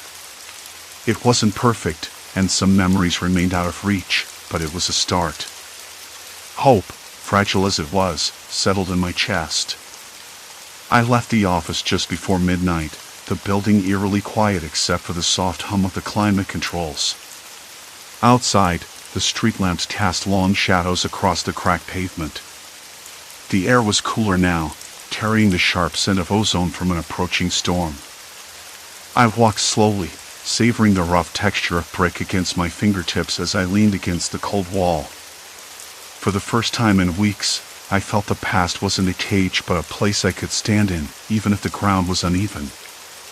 I knew the repository wouldn't stop trying to rewrite itself, or those who came through its doors. But I found a way to resist, to reclaim the stories that belonged to me and maybe, one day, to others like me. A dog barked in the distance, sharp and urgent. The sky cracked with a sudden flash of lightning, the air thick with the promise of rain. I pulled my coat tighter around me and looked back at the repository's dark silhouette, its windows like empty eyes watching the world move on. I didn't expect to leave this place unmarked. But stepping away, the weight on my shoulders felt lighter, as if I'd finally stepped out of someone else's shadow. The repository might have tried to erase us, to write over our lives, but I wouldn't let it win. Not this time. The storm broke then, rain splattering against the pavement in cold, relentless sheets. I walked home, soaked but steady, carrying a future made of memories I now had the power to hold on to. Story 3, Desert Mirage Abyss, Haunting Heat Illusions. The sun was already a relentless beast by mid-morning, hammering down through a sky so empty and vast it felt like the world had been stretched thin and pulled taut until all the air had been pressed out. My boots crunched over cracked, dry earth, the kind that snaps underfoot and sends up little clouds of dust that hang heavy in the still air. The heat was an oppressive weight, pressing against my skin, pulling moisture from my mouth and throat until my tongue felt like sandpaper. I kept wiping the sweat from my forehead with the sleeve of my shirt, but it did little good. The salty grit just smeared across my face, stinging my eyes. I stopped and looked around. The landscape stretched on forever, low scrub brush, bleached bones of dead plants, and distant hills that shimmered like wavering glass. A faint, wavering figure appeared on the horizon, a mirage that might have been water or a patch of shade or maybe just a trick of light. I blinked and it shifted, stretching into shapes I couldn't quite name, like the desert was trying to tell me something in a language I didn't know.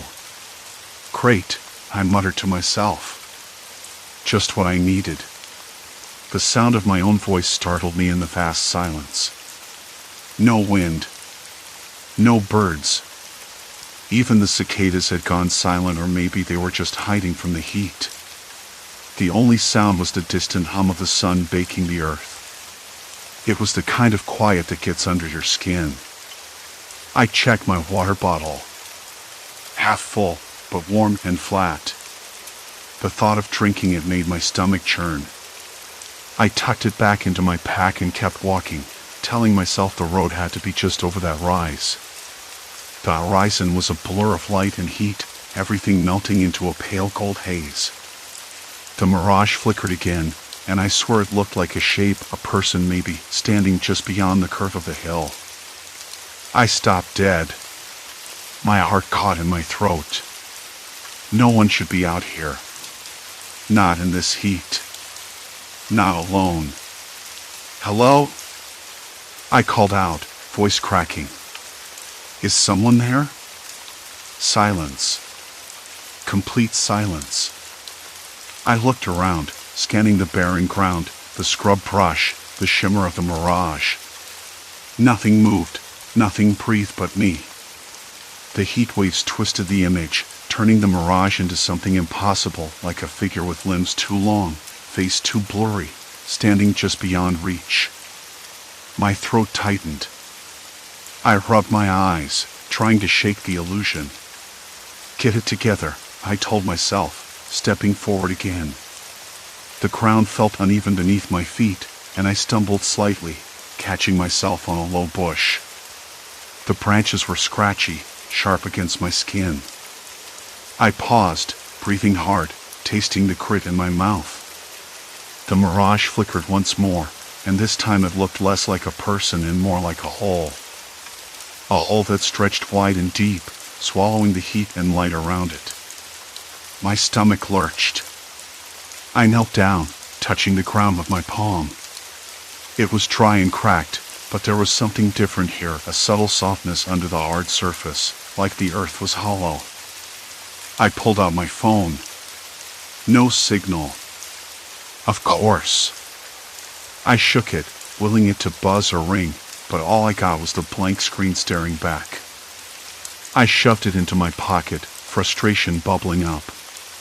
The desert wasn't just empty, it was indifferent. Nothing here cared if I lived or died. I stood up, squinting at the spot where the Mirage had been. The ground looked normal now. No hole. No figure. Just a patch of cracked earth baking in the sun. Maybe I'd imagined it. Maybe the heat was getting to me. Still, I couldn't shake the feeling that something was wrong. I took a few more steps, scanning the horizon for the road, for any sign of life, for anything familiar. The desert stretched on, endless and unforgiving. The sun drummed overhead, relentless and merciless. As I walked, I thought about how easy it would be to get lost out here. How the mind plays tricks when you're isolated and dehydrated. How a mirage could lure someone closer, make them stumble into danger without even realizing it.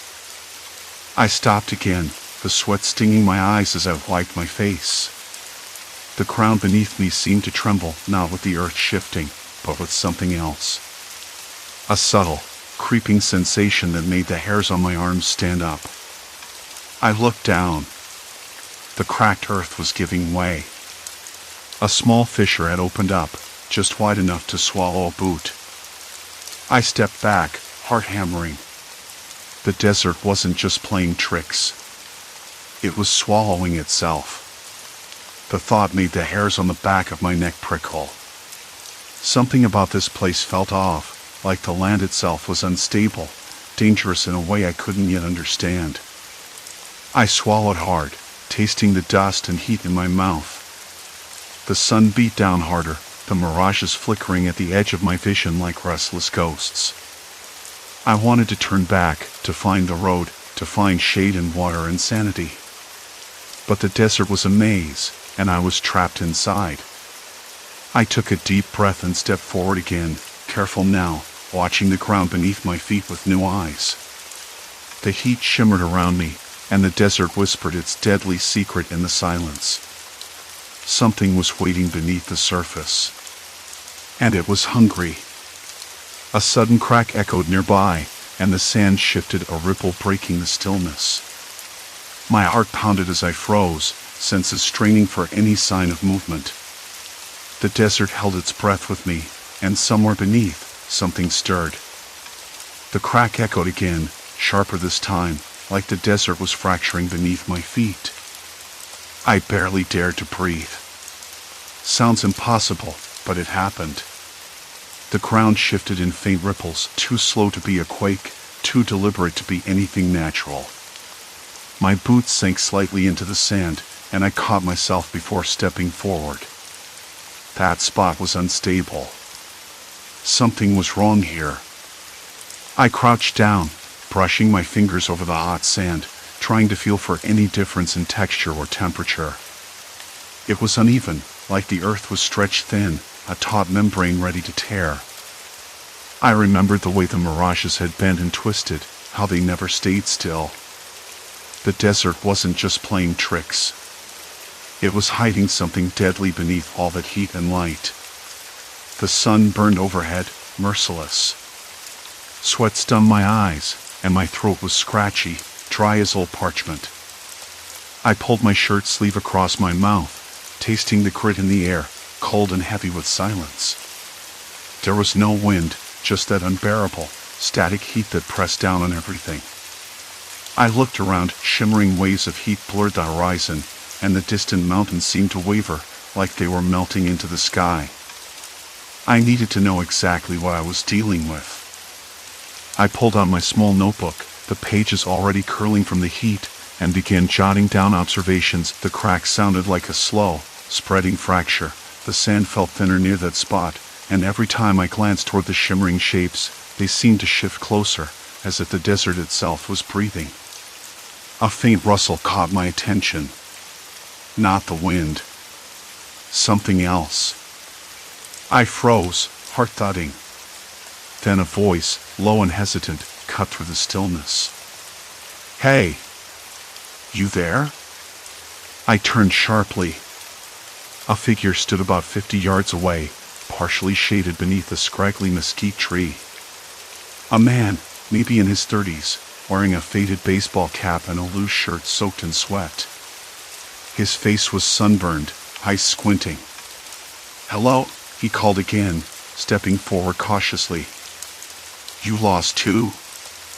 I hesitated, then nodded. "Yeah. I'm trying to find the road." He wiped his brow with the back of his hand. "You're not the first. This place throws people off. Name's Mark." I introduced myself, keeping my voice steady despite the knot tightening in my stomach. There was something about him, tired, wary, but not hostile. Relief surged through me. Not completely alone.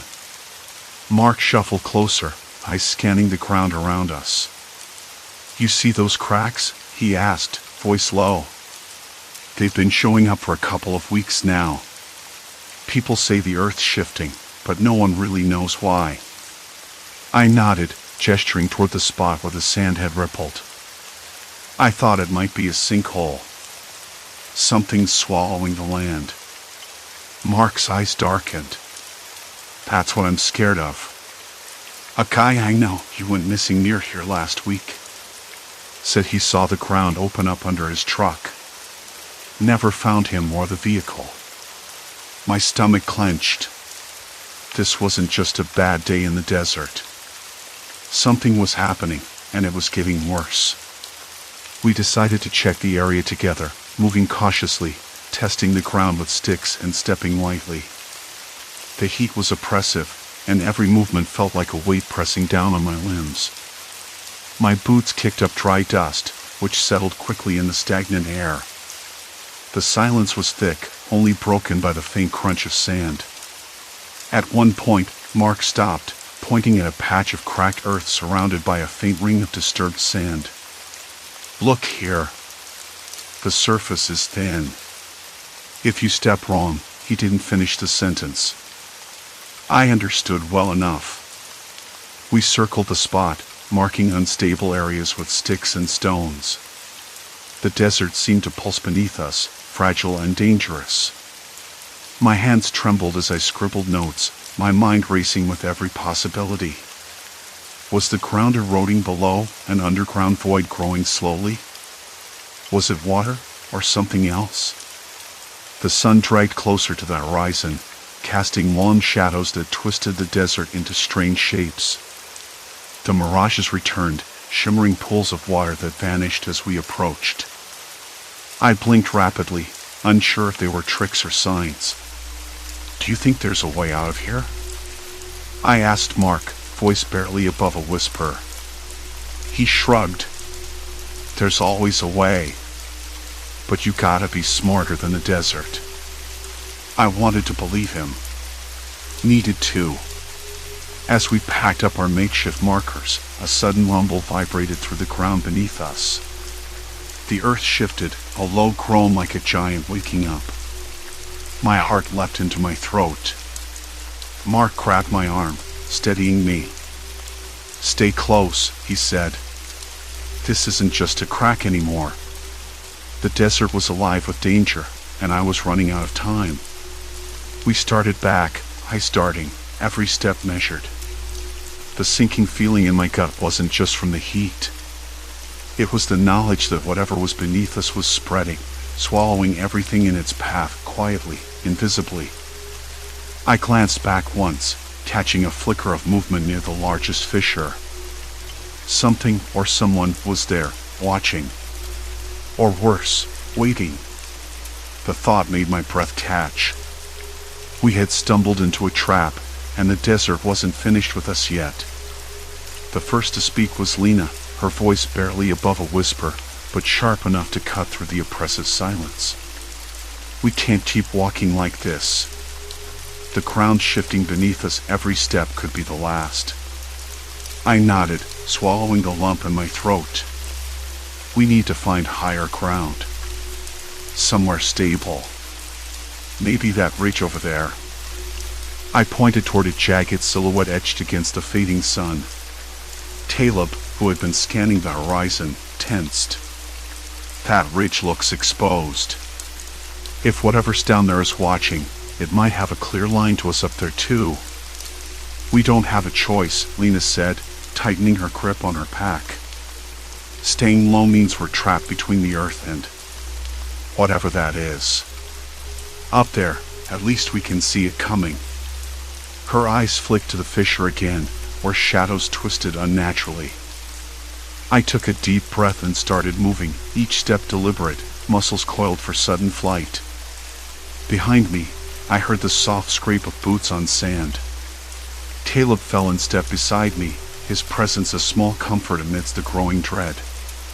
As we climbed, the desert wind picked up, carrying with it a faint, acrid tang like burnt ozone mixed with something organic, decaying. It wrapped around us, a reminder that the desert was alive and hungry. At the ridge's crest, I paused, scanning the valley below.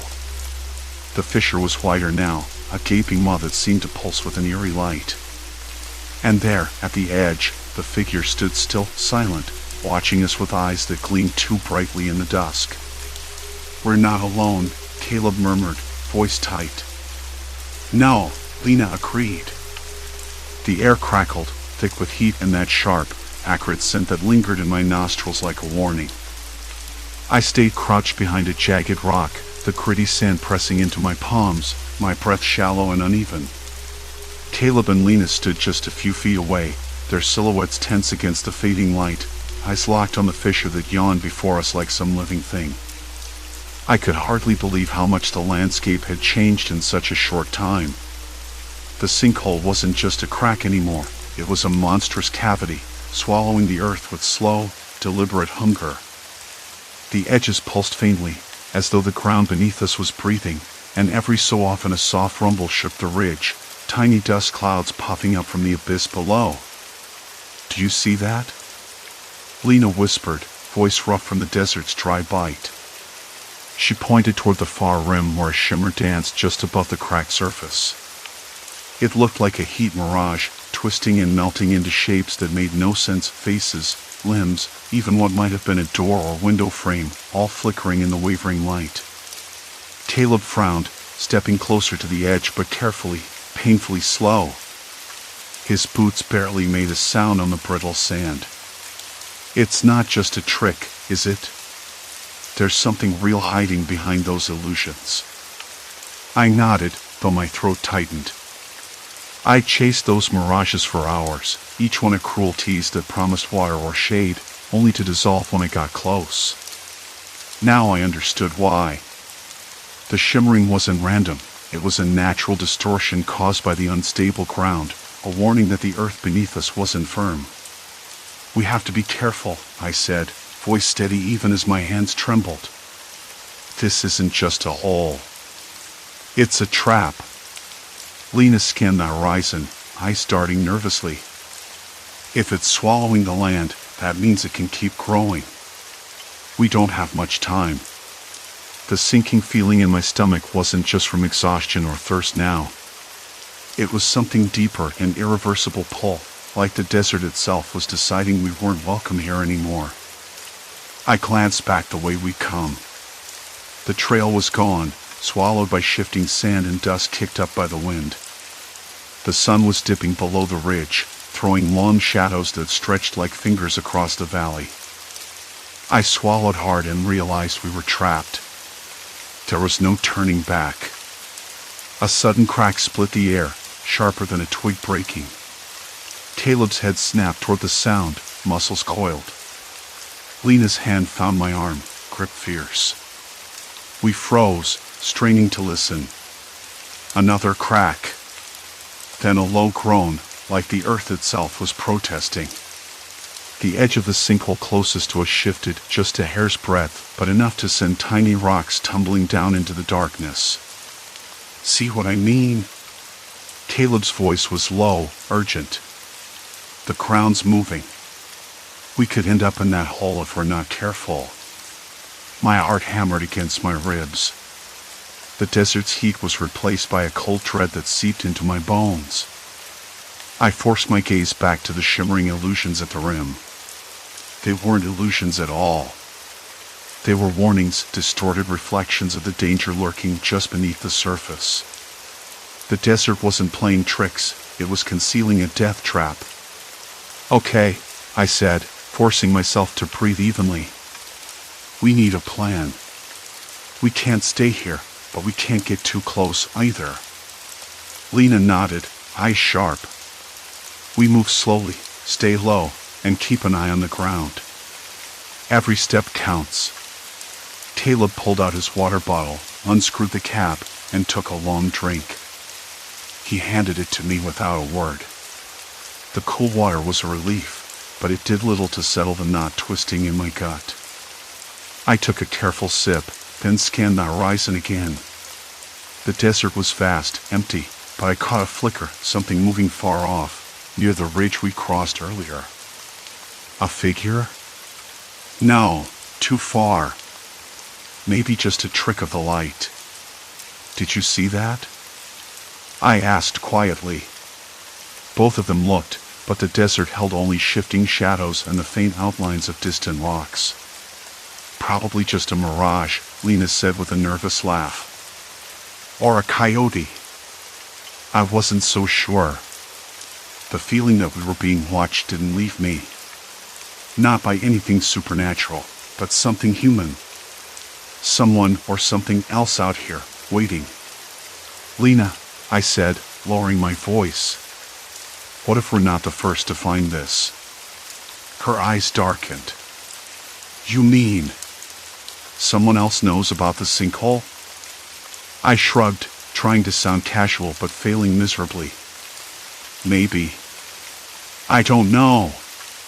But it wouldn't surprise me. People come out here for all sorts of reasons. Some just want to disappear." Caleb shifted uneasily. "If there's someone else, what do they want? Why would they hang around a place like this?" I glanced back at the fissure, the pulsing maw that seemed alive and hungry. Maybe to keep others away. Or maybe because they're trapped, too. A sudden gust whipped sand into my face, gritty and biting. I blinked against it, tasting the dust in my mouth. The desert's silence pressed in again, heavy and suffocating. "We have to move," I said, urgency creeping into my voice. "We can't just stand here waiting for the ground to give way." Caleb nodded, and Lena was already scanning the path ahead. We started forward, each step measured and slow. The sand shifted beneath our feet, threatening to betray us with every inch. The mirages flickered, twisting into impossible shapes, a crumbling wall, a flickering lantern, a worn boot half buried in sand. I forced myself not to reach out, not to chase the illusions anymore. They were lies, traps set by the desert itself. Halfway along the ridge, the ground trembled beneath me. My breath caught. A fresh cracked spider web through the sand, widening fast. "Stop!" I shouted. Lena and Caleb froze, eyes wide. The earth groaned louder, a deep, rumbling sound that shook the very air.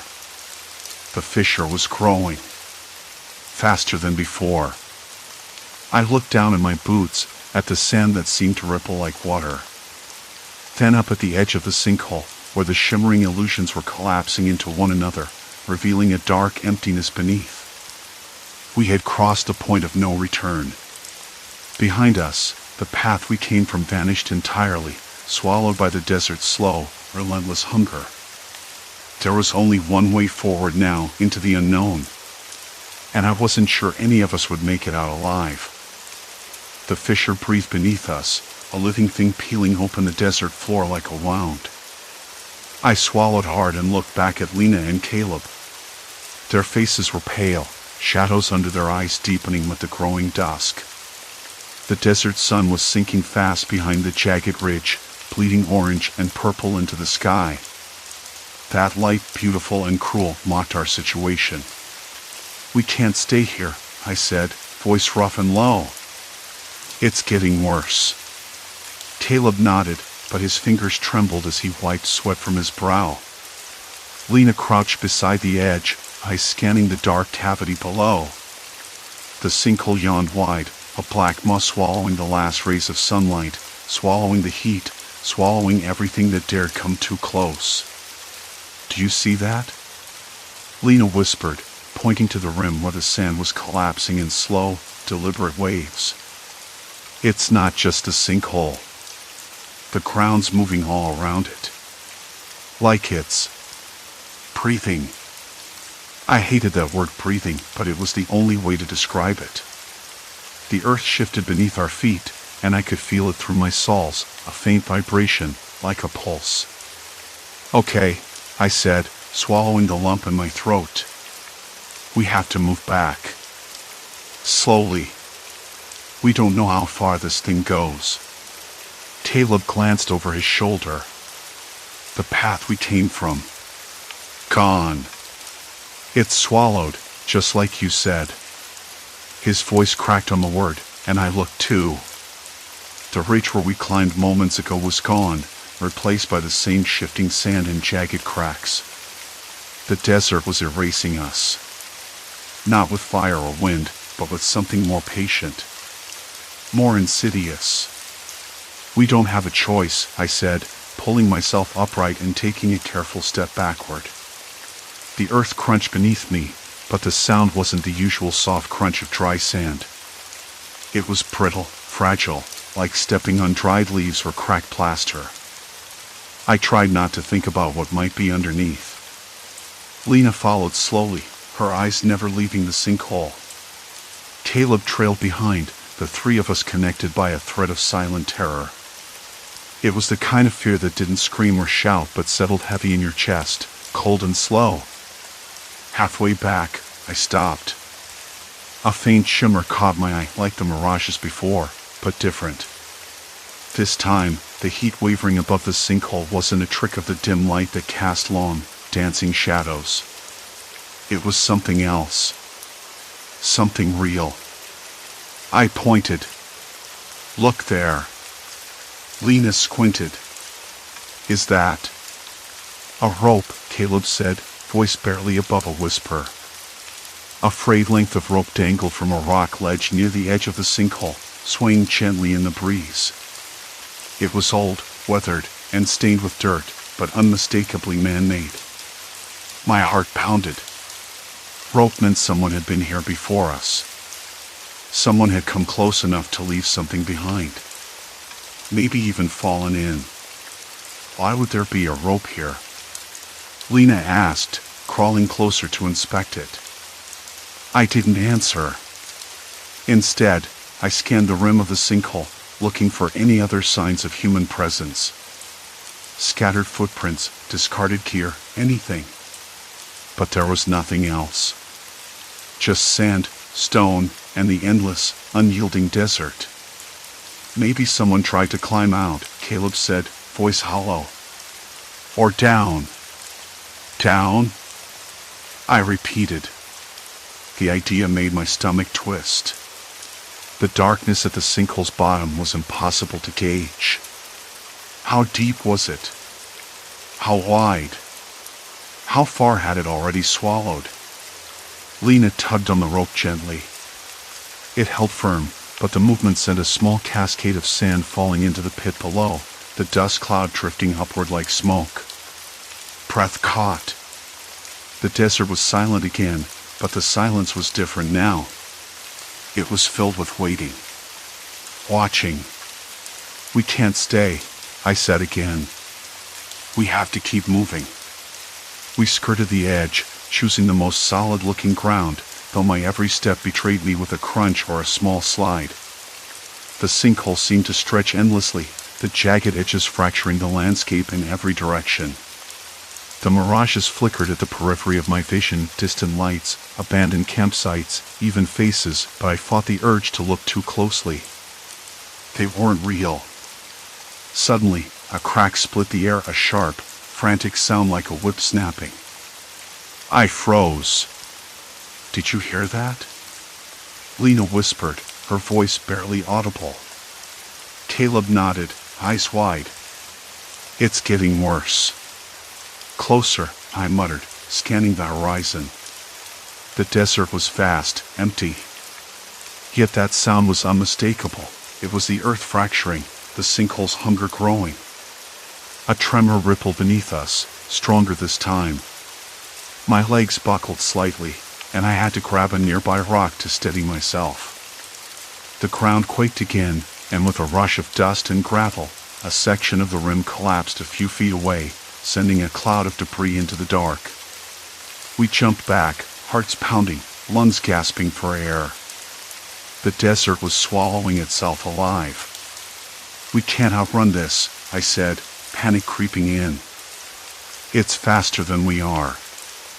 Lena's face was grim. Then we have to outthink it. I wanted to argue, but she was right. Running wasn't an option. We needed a plan. We need higher ground, she continued. Something stable. Somewhere the sinkhole can't reach. I wiped sweat from my forehead, taste of salt and grit thick on my tongue. The sun was nearly gone now, the sky bleeding into deep blue, stars beginning to prick the dark. Where? I asked. That ridge, she said, nodding toward a rocky outcrop half a mile to the east. It looks solid. No cracks. Caleb glanced nervously. It's a long way. Longer than staying here, I said, already moving toward it. The three of us set off, every step a battle against the shifting earth and rising fear. The desert night was colder than I expected, a biting contrast to the day's heat. I pulled my jacket tighter, but it did little to stop the chill that crept into my bones. Halfway to the ridge, the ground trembled again, this one deeper, slower, like the heartbeat of the desert itself. I stumbled, catching myself on a rough stone. Look out! Caleb shouted. Before I had time to react, the sand beneath Lena's foot gave way. She cried out, flailing as she slipped toward the edge of a small fissure. I lunged, grabbing her arm just in time, fingers digging into the rough fabric of her sleeve. My hand shook so badly I almost lost my grip. Got you, I said, voice tight. She gasped, eyes wide with shock. Thanks. The fissure widened, a slow but relentless movement, swallowing the earth inch by inch. We need to keep moving, I urged, pulling her up. We pressed on, the ridge growing nearer, but the desert was ready to fight. More cracks appeared, spider-webbing out like veins across the sand. The mirages teased us again, shimmering shapes at the edge of our vision, but I refused to look. Our breaths came in ragged gasps, the cold air sharp and unforgiving. The sun had begun its slow descent, but the desert still radiated heat like an unforgiving furnace. I wiped the sweat from my brow with the back of my wrist and squinted at the horizon, where the air shimmered in deceptive waves. For hours, I'd been chasing those mirages, those impossible shapes that teased me with the promise of water or shelter. Now, I understood. They weren't just tricks of the light. They were warnings. The ground beneath me crackled faintly, dry and brittle like old parchment. I took a hesitant step forward and felt the earth shift beneath my boot. Not solid. Hollow. My stomach clenched. The sinkhole. I'd been walking right toward it, blind to the danger. The hallucinations had masked the slow collapse of the land, swallowing everything near its edges. And if I hadn't stopped in time, I would have joined the void. I leaned on my knees and drew deep breaths, tasting the grit of dust and the faint bitterness of dried sweat on my tongue. My hands trembled, fingers curling into fists to keep them steady. I had to think. Had to figure out a way out before the earth gave way beneath me. There was no sound except the occasional creak, a low, ominous groan from the shifting ground, and the distant cry of a lone coyote. The desert was holding its breath. So was I. I glanced back the way I'd come, a path blurred by the heat haze. My water bottle was nearly empty, and the sun was sinking fast. The thought of spending another night under this merciless sky tightened the muscles in my chest. But staying put near the sinkhole was suicide. The edges were unstable, and the cracks spider-webbed farther than I'd realized. I forced myself to stand, legs shaky but determined. The ground beneath my feet felt firmer away from the sinkhole, but I couldn't be sure. Every step was a gamble. "Okay," I muttered, voice hoarse, just don't look down." The desert stretched out, a vast sea of ochre and rust, dotted with brittle shrubs and jagged rocks that seemed to mock my desperation. I tried to focus on the texture of the sand underfoot, the way it shifted and crunched like broken glass. I didn't trust my eyes anymore, not after days of mirages and hallucinations. The desert played tricks, and it was winning. I thought of the stories I'd heard, people lost in the desert, swallowed by quicksand or hidden sinkholes. I'd always dismissed those as exaggerations, campfire tales. Now I knew they weren't. The earth here was a slow predator, patient and relentless. A sudden creak made me freeze. The ground trembled beneath my boots, a faint but unmistakable warning. I looked down, heart hammering, and saw a thin fissure stretching like a jagged scar right where I'd been standing moments before. I swallowed hard. I had to move. Fast. I picked a direction roughly opposite the sinkhole and started walking, slower this time, testing the ground with every step. My throat was dry, my mouth tasting like ash. Sweat pooled in the hollows of my collarbone, and the sun beat down with a dull, oppressive weight. But I kept moving. After what felt like hours but was probably less, I spotted something, an old dirt road, faint but unmistakable. A ribbon of faded tire tracks and scattered gravel. My pulse quickened. Civilization. Or at least a way out. I stumbled toward it, the relief washing over me like a cool wave. The air shifted, the desert's harshness softened just a little. I paused on the edge of the road, listening. No voices, no engines, just the desert wind teasing the dry leaves of a scraggly mesquite tree. I sank to the ground, exhausted. My legs trembled beneath me, and for a moment, I let myself rest without guilt. The danger of the sinkhole still loomed in my mind, but I'd escaped it. Somehow. I pulled out my phone, hopelessly dead. The screen was cracked, a spider web of damage from a fall the day before. I tapped it uselessly, then shoved it back into my pack. No signal. No help coming. I looked back toward the sinkhole, far enough now to feel safe, but close enough to see the earth's slow, terrible collapse. The edges crumbled like dry cake, swallowing the desert bit by bit. It was like watching a wound spread, a silent, deadly erosion. A voice echoed in my mind, a leftover memory from a radio broadcast I'd heard before the trip. If you find yourself near unstable ground, stay calm, move carefully, and wait for rescue. Easy to say when you're not the one sinking. I thought about my own rescue, if it would come at all. I was alone out here. I'd been stupid, chasing illusions and ignoring the signs. But I'd survived. That counted for something. The sun dipped lower, casting long shadows that stretched like fingers across the sand. The temperature dropped just enough to sting my skin, the night approaching with a quiet inevitability. I wrapped my arms around my knees, drawing comfort from my own warmth. The desert was vast and indifferent, but I was still here. Still breathing. I thought of my family, the way my mother would worry if she knew how close I'd come to disaster. I thought of my own stubbornness, my refusal to believe I could be vulnerable. I thought of the Mirage's beautiful, cruel lies, and how easily the mind can betray itself when pushed too far. The stars began to prick the sky, cold and distant. The desert's silence deepened, no longer just oppressive but vast and empty. I closed my eyes for a moment, listening to the rhythm of my own breath, the soft rustle of wine through the mesquite.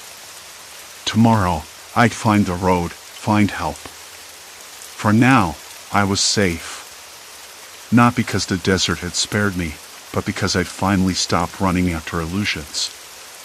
A faint smile touched my lips. I didn't know how long I'd been lost, but I'd found something else instead. Hope. And maybe, just maybe, that was enough. Story 4, Highway Omen. The passenger knows too much. The highway stretched ahead like a dull ribbon of asphalt, the kind that swallowed the sky and spat out nothing but the hum of tires and the occasional buzz of a distant radio. The air in the car was stale, warmed by the heater I'd forgotten to turn off earlier.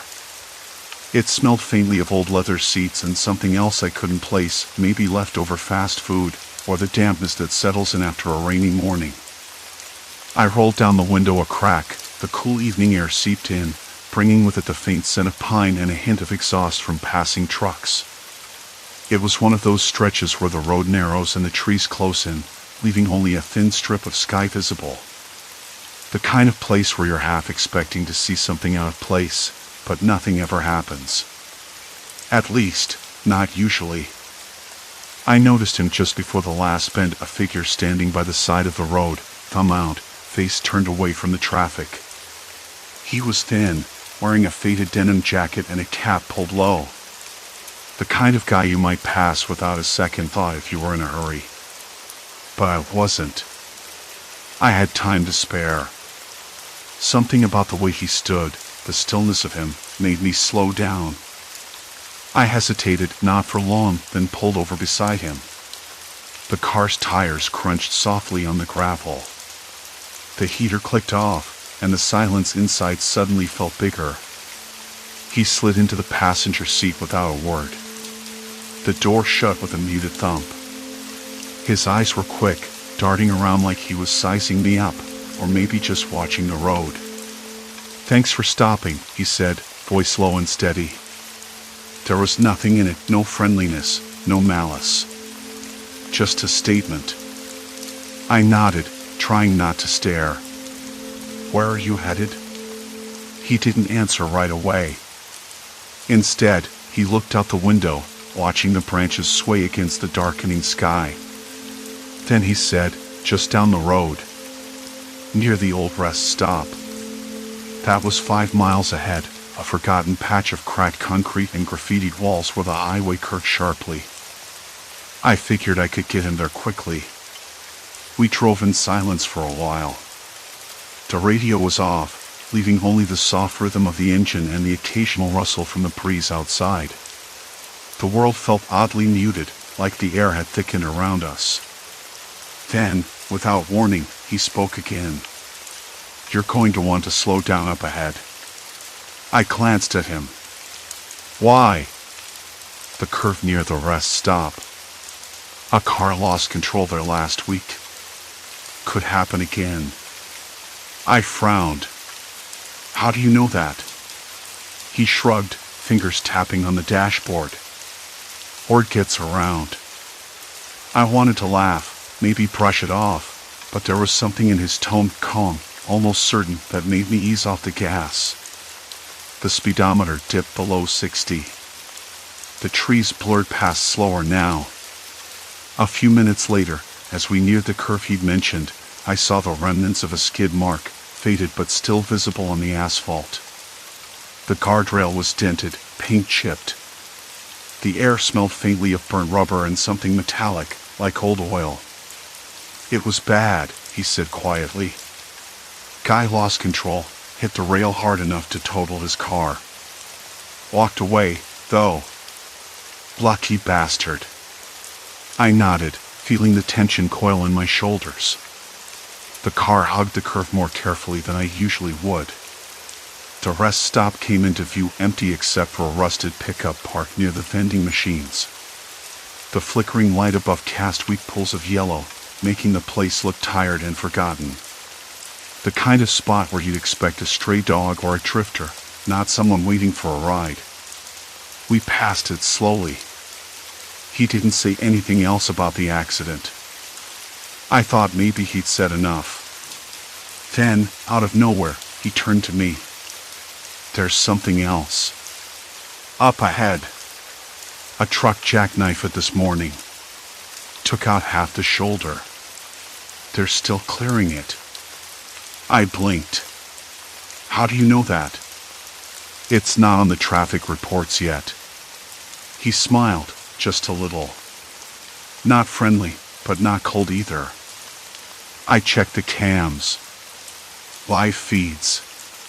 Keeps me entertained. I stared at him, trying to place the expression. It was unsettling, this quiet knowledge. It was as if he had access to a world I didn't even know existed. The highway stretched ahead, darkening now under a sky turning from orange to a deep, bruised purple. Shadows lengthened, and the smell changed, less pine, more damp earth and the faint, sour tang of exhaust fumes trapped in the cool air. I noticed my hands trembling slightly, the muscles tightening around the steering wheel. Not because I was scared, exactly, but because something nagged at the back of my mind. Something off. Why are you out here? I asked finally, trying to keep my voice casual. He glanced at me, eyes sharp. Needed to get away. Roads are good for that. You ever feel like the world's closing in? Like no matter how far you drive, it just follows. I thought about that. About the paperwork waiting on my desk, about the endless meetings and the quiet arguments at home I didn't know how to fix. Maybe I did know, but I was tired of pretending. Yeah, I said softly. Sometimes. He nodded, as if that was all the answer he needed. The radio crackled suddenly, breaking the silence. A voice reported a minor traffic jam near the next exit. Nothing serious, just a delay. I felt a flicker of relief. Then he said, "There's more coming." Not traffic this time. I glanced sideways, alarm rising but mixed with curiosity. What do you mean? He looked out the window again, voice low. Tonight's not going to be easy. Not for you. I swallowed hard. The road ahead seemed darker now, the trees closing in like a tunnel. The heater was off, and a cold draft seeped through the window gap, brushing my neck. What do you mean, not for me? I asked, my voice almost a whisper. He didn't answer. Instead, his gaze locked on mine, steady and unblinking. The silence stretched between us. Outside, a lone dog barked somewhere in the distance, sharp and sudden, then gone. I tried to focus on the road, but my thoughts were a tangle. Who was this man? How did he know about the accidents? About the roadblocks? And why did it feel like he knew something about me, too? The highway rolled on, indifferent. And so did the night. The road narrowed ahead, the trees pressing so close on either side that their shadows pulled over the asphalt like spilled ink. He didn't speak for a long time. His eyes were fixed outside the window, but I was certain he was watching me just as closely. There was something about the way he sat, calm, deliberate, that made it impossible to look away. I wanted to ask him who he was, why he was so certain about the accidents and disasters, but the words stuck in my throat. Instead, I swallowed hard and tried to focus on the road. The low hum of the engine filled the silence, punctuated only by the occasional sharp bark of a dog fading into the distance. The night was thick with the smell of damp earth and decaying leaves, a sharp contrast to the sterile air inside the car. I noticed, almost absently, how the passenger door's window rattled slightly with the wind, a tiny, persistent sound that gnawed at my nerves. Then he said, without turning to look at me, "You should know I'm not here by chance." I blinked, startled by the sudden shift in his tone. "What do you mean?" He shrugged, but the movement was slow, almost rehearsed. "I've been watching you for a while. Longer than you think." The words hit me like a splash of cold water. My fingers tightened around the steering wheel, knuckles whitening, but I kept my voice steady. "Why? What do you want from me?" He smiled then, but it wasn't warm. It was the kind of smile you see in old photographs, frozen, distant. Not what you want to hear, I'm sure. I glanced at him sideways. The dim light from the dashboard flickered across his face, casting half of it in shadow. His eyes seemed to gleam with something unreadable, something that made my stomach twist. The highway curved sharply, and I slowed down, the tires crunching softly on the gravel shoulder as I pulled over. The car rocked slightly, and a cold draft swept through the open window, carrying with it the faint scent of gasoline and something else, something metallic, like rust. "Why here?" I asked, my voice lower now. "Why pull over?" He leaned forward, elbows resting on his knees, fingers steepled. "Because this is where it starts. The real trouble." I hesitated. The night outside felt thicker, heavier, as if the trees themselves were leaning in to listen. I could hear the faint hum of distant headlights approaching, the occasional drone of engines that might be trucks or cars, but the road was mostly empty. "Start what?" I pressed. His gaze flickered to me, sharp and cold. "You don't remember, do you?" A knot tightened in my chest. "Remember what?" He smiled again, slower this time, like he was enjoying my confusion. "Your accident. The one that changed everything." A sudden chill ran down my spine.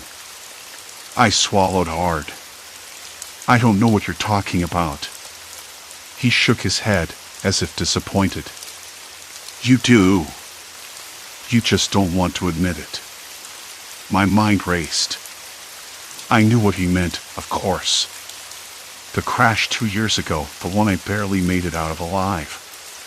The hospital stays, the therapies, the nights I spent staring at the ceiling, trying to piece together what had happened. I'd buried it deep, tucked it away behind layers of denial and exhaustion. "Why bring it up now?" I asked, voice tight. "Because it's connected. Everything is." The headlights drew closer. I watched them approach, a pair of bright orbs cutting through the darkness. The car slowed as it passed, the engine's roar fading into the distance. The trees whispered in the wind, their branches scraping against each other like dry bones. "I've been tracking the accidents on this highway for months," he said quietly. "But yours was different. Not just a random disaster. Someone wanted it to happen." My heart hitched. "That's impossible." He smiled again, slow and deliberate. "Is it? Look closer. Who benefits from your accident? Who's been watching you since then?"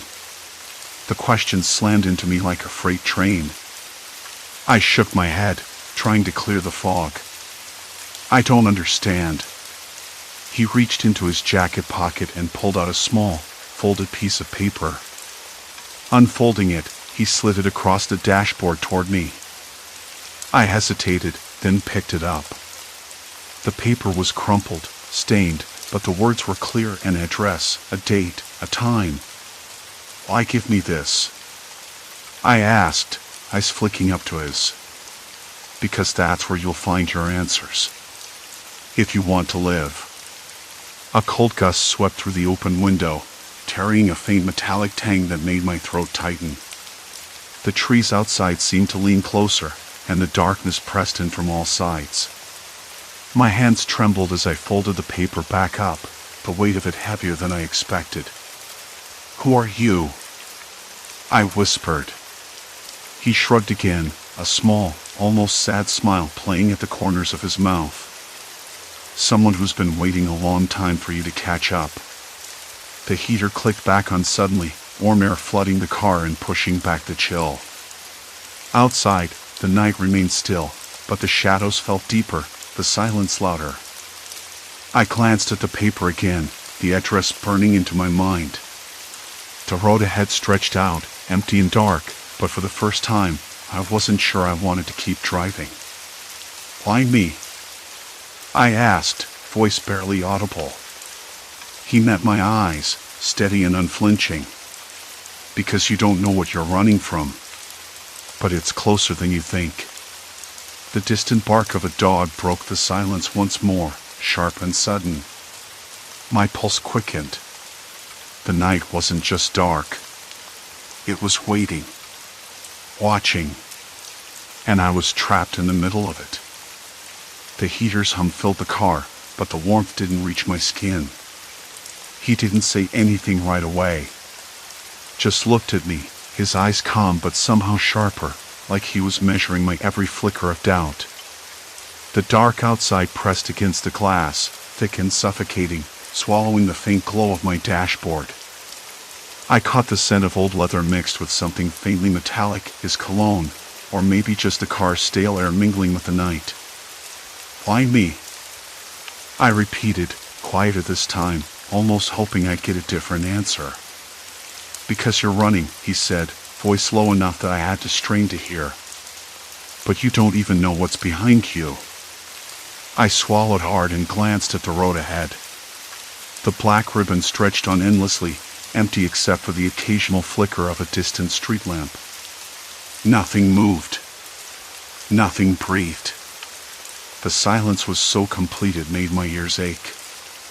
My fingers clenched the steering wheel until my knuckles turned white. Running where? From what? You haven't said anything real yet, I said, trying to keep my voice steady. He leaned back, one shoulder brushing the door, eyes fixed on the windshield like he could see through the dark into the very pavement. You think this is about accidents on the highway? About disasters you've heard on the news?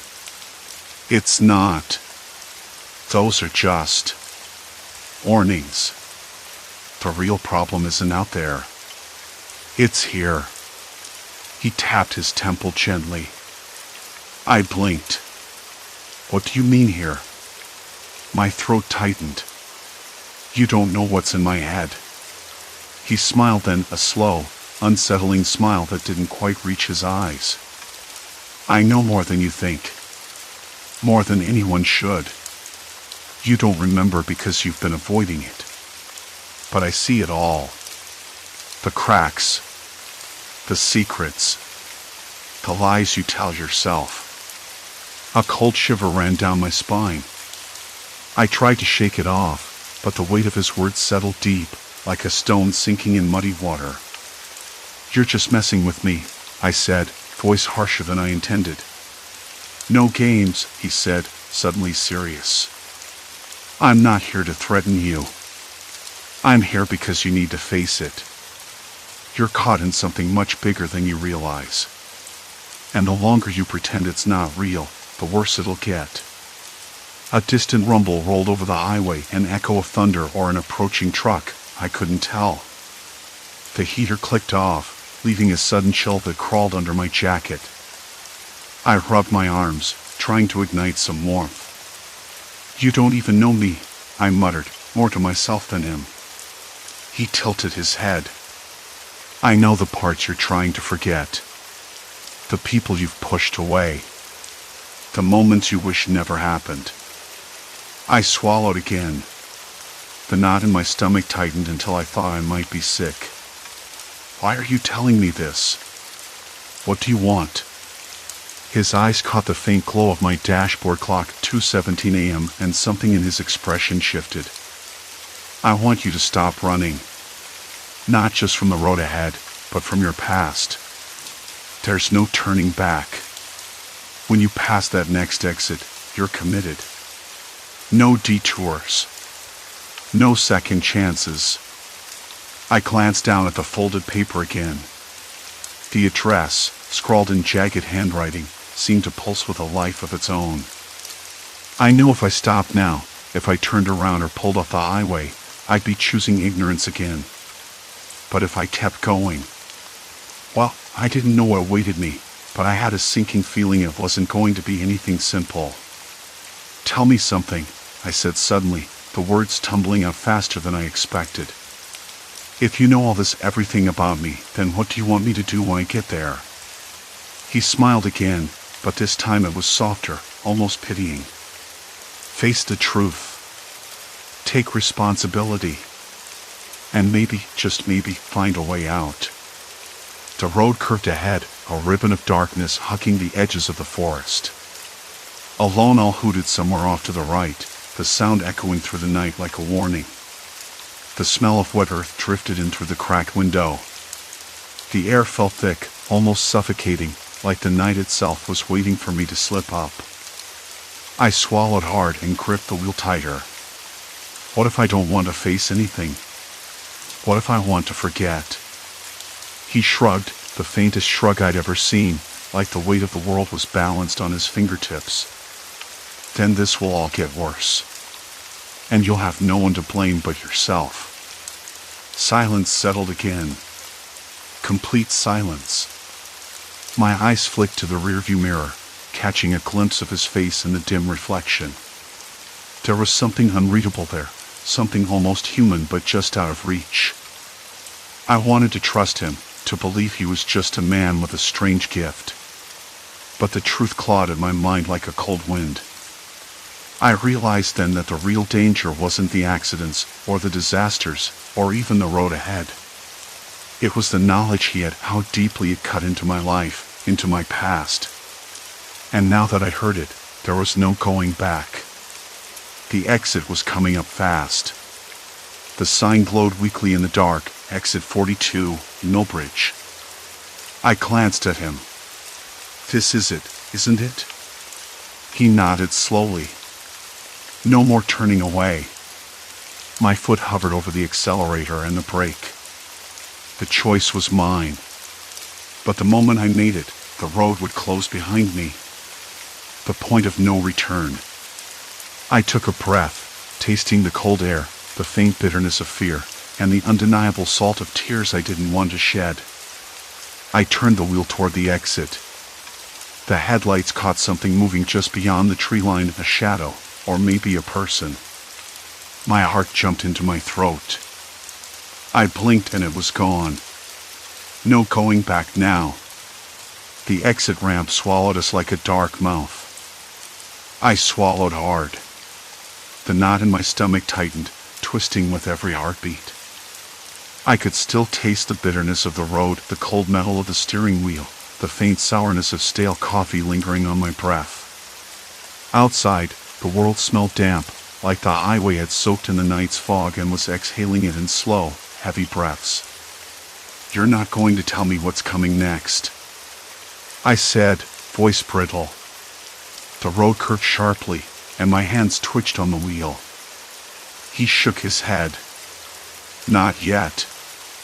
That was the first time he'd refused to say anything.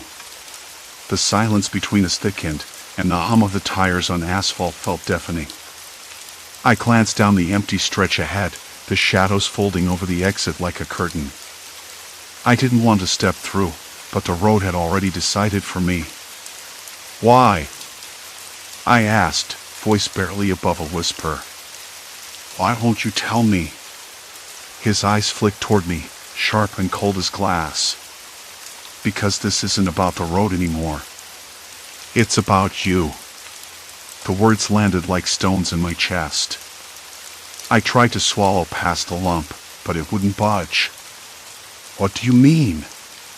He leaned forward, voice low. You think I'm some kind of fortune teller, right? Predicting accidents, disasters. But that was just the surface. The real truth is that I know what's coming, not just out there, he tapped the windshield, but inside your world, inside your life. The things you've been running from. I blinked, heart hammering. His words felt impossible, like a cold draft sneaking under a door. I don't know what you're talking about. He smiled then, but it wasn't friendly. It was the kind of smile that cracks a person open and exposes the parts they thought were hidden. You don't have to pretend. I can see the cracks. You think no one notices when you look away, but I see everything. The car shifted on the pavement, the tires skimming the edge of the ramp. I caught a glimpse of the dark woods just beyond the shoulder, twisting branches, shadows moving with a slow, deliberate rhythm. My throat went dry. "Tell me," I said, voice shaking. "Tell me what you know." He hesitated. Then he began to speak, quietly at first, like he was reciting something sacred or cursed. "You left your sister's birthday party early that night. Didn't say goodbye to anyone. You told yourself it was because you had work, but really, you couldn't face her. The fight you had." I cut him off, jaw clenched so tight it hurt. "How do you know that?" He shrugged, as if it were the easiest thing in the world. "You left your phone in the car. I found it in the back seat when I got in. Pictures, messages. You don't hide well." I stared at him, the air thickening around us.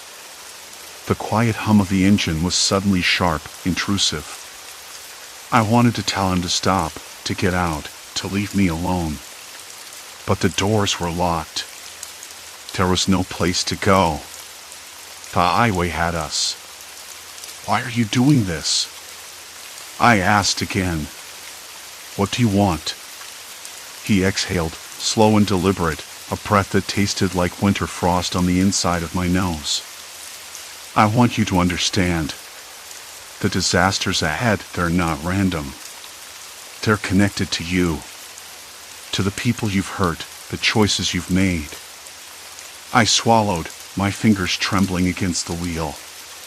The scent of damp earth and pine filled the car, mingled with a faint trace of his cologne, something sharp, almost medicinal.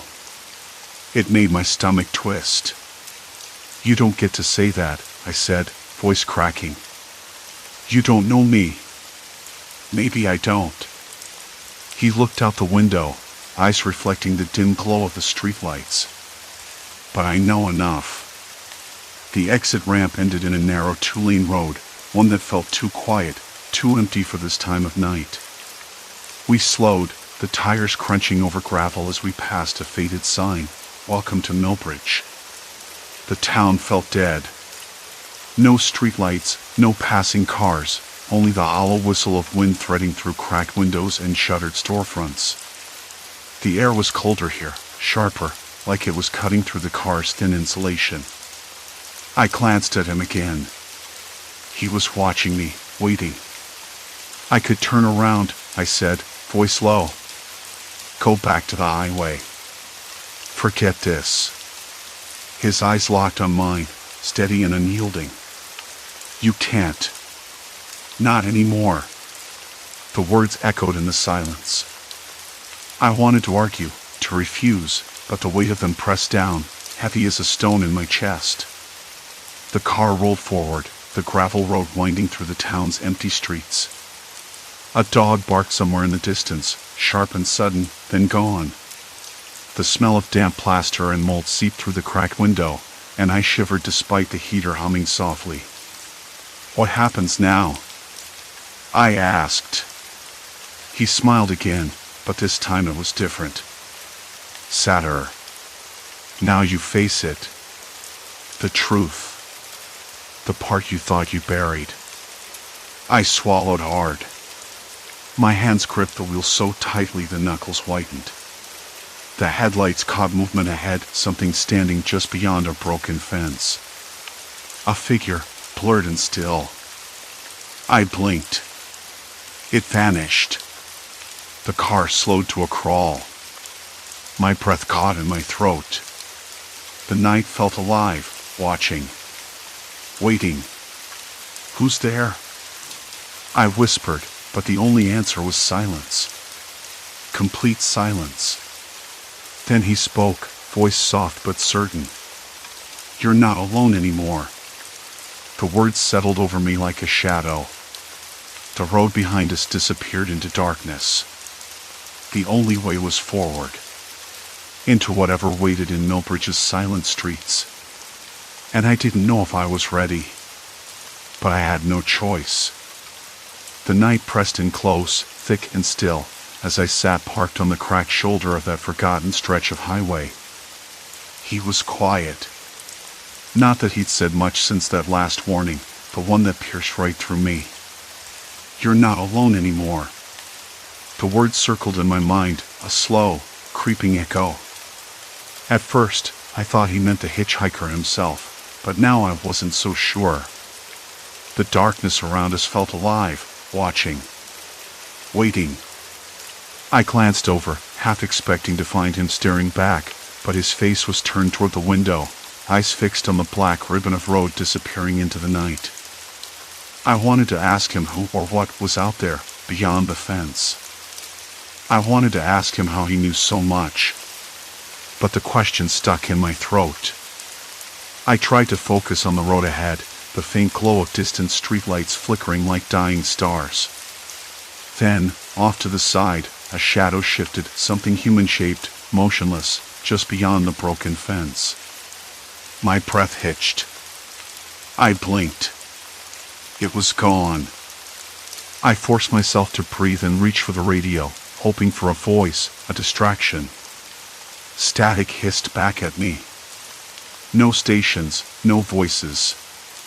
Just the crackle of silence. The hitchhiker finally spoke, voice low and steady. "You've been running from this for a long time." I swallowed hard. He wasn't wrong. I'd buried things, hidden pieces of myself beneath layers of routine and excuses. But how could he know that? How could a stranger, picked up on the side of the road, know the parts of me I'd fought to forget? I looked at him, really looked, for the first time. His face wasn't sinister or threatening, just tired and patient, like someone who'd been waiting for this moment longer than I cared to imagine. "What do you want from me?" My voice was barely a whisper. "To face it," he said simply. "To stop running." The words felt like ice in my veins. I thought about the accidents he predicted, the disasters on the road ahead. How he'd warned me, not just about what was coming, but about what I was carrying inside myself. I realized then that the real danger wasn't the highway or the shadows beyond the fence, it was the truth I'd been avoiding, the mistakes I tried to bury beneath years of silence. The heater sputtered, then clicked off. Cold air rushed in through the cracked window, carrying with it the faint scent of smoke and something metallic. I shivered, wrapping my arms around myself. "Why me?" I asked. He met my eyes. "Because you're the only one who can stop it." I didn't understand. Couldn't. But somewhere deep inside, a part of me believed him. I started the engine again, the car lurching forward onto the road. The night stretched before us, endless and uncertain. But this time, I wasn't alone. Not really. The next morning, sunlight filtered weakly through the gray clouds, casting a pale light over the highway. I pulled off at the next rest stop, the weight of the night settling heavily on my shoulders. The hitchhiker was asleep in the passenger seat, peaceful for the first time since I'd picked him up. I watched him for a while. There was something about him that didn't quite fit, something that felt more like a mirror than a man. He was part of the darkness I'd been running from, the part of myself I hadn't wanted to face. I stepped out of the car, the cold air sharp in my lungs.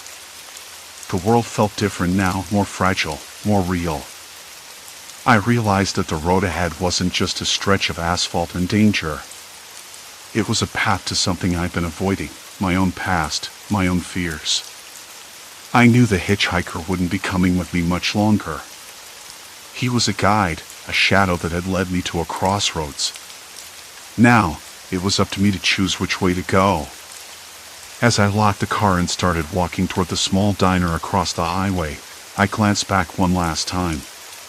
The hitchhiker was awake now, watching me with that same tired patience.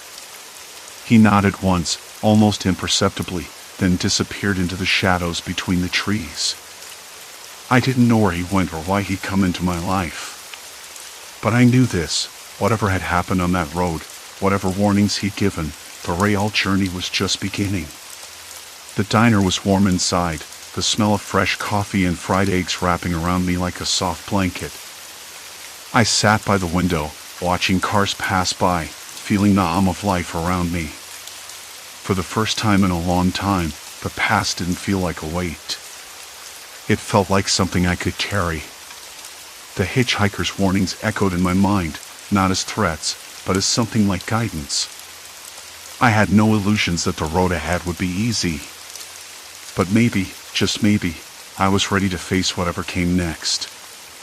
Outside, the highway stretched on, endless and unpredictable. But I was no longer driving blind. Silence. Complete silence.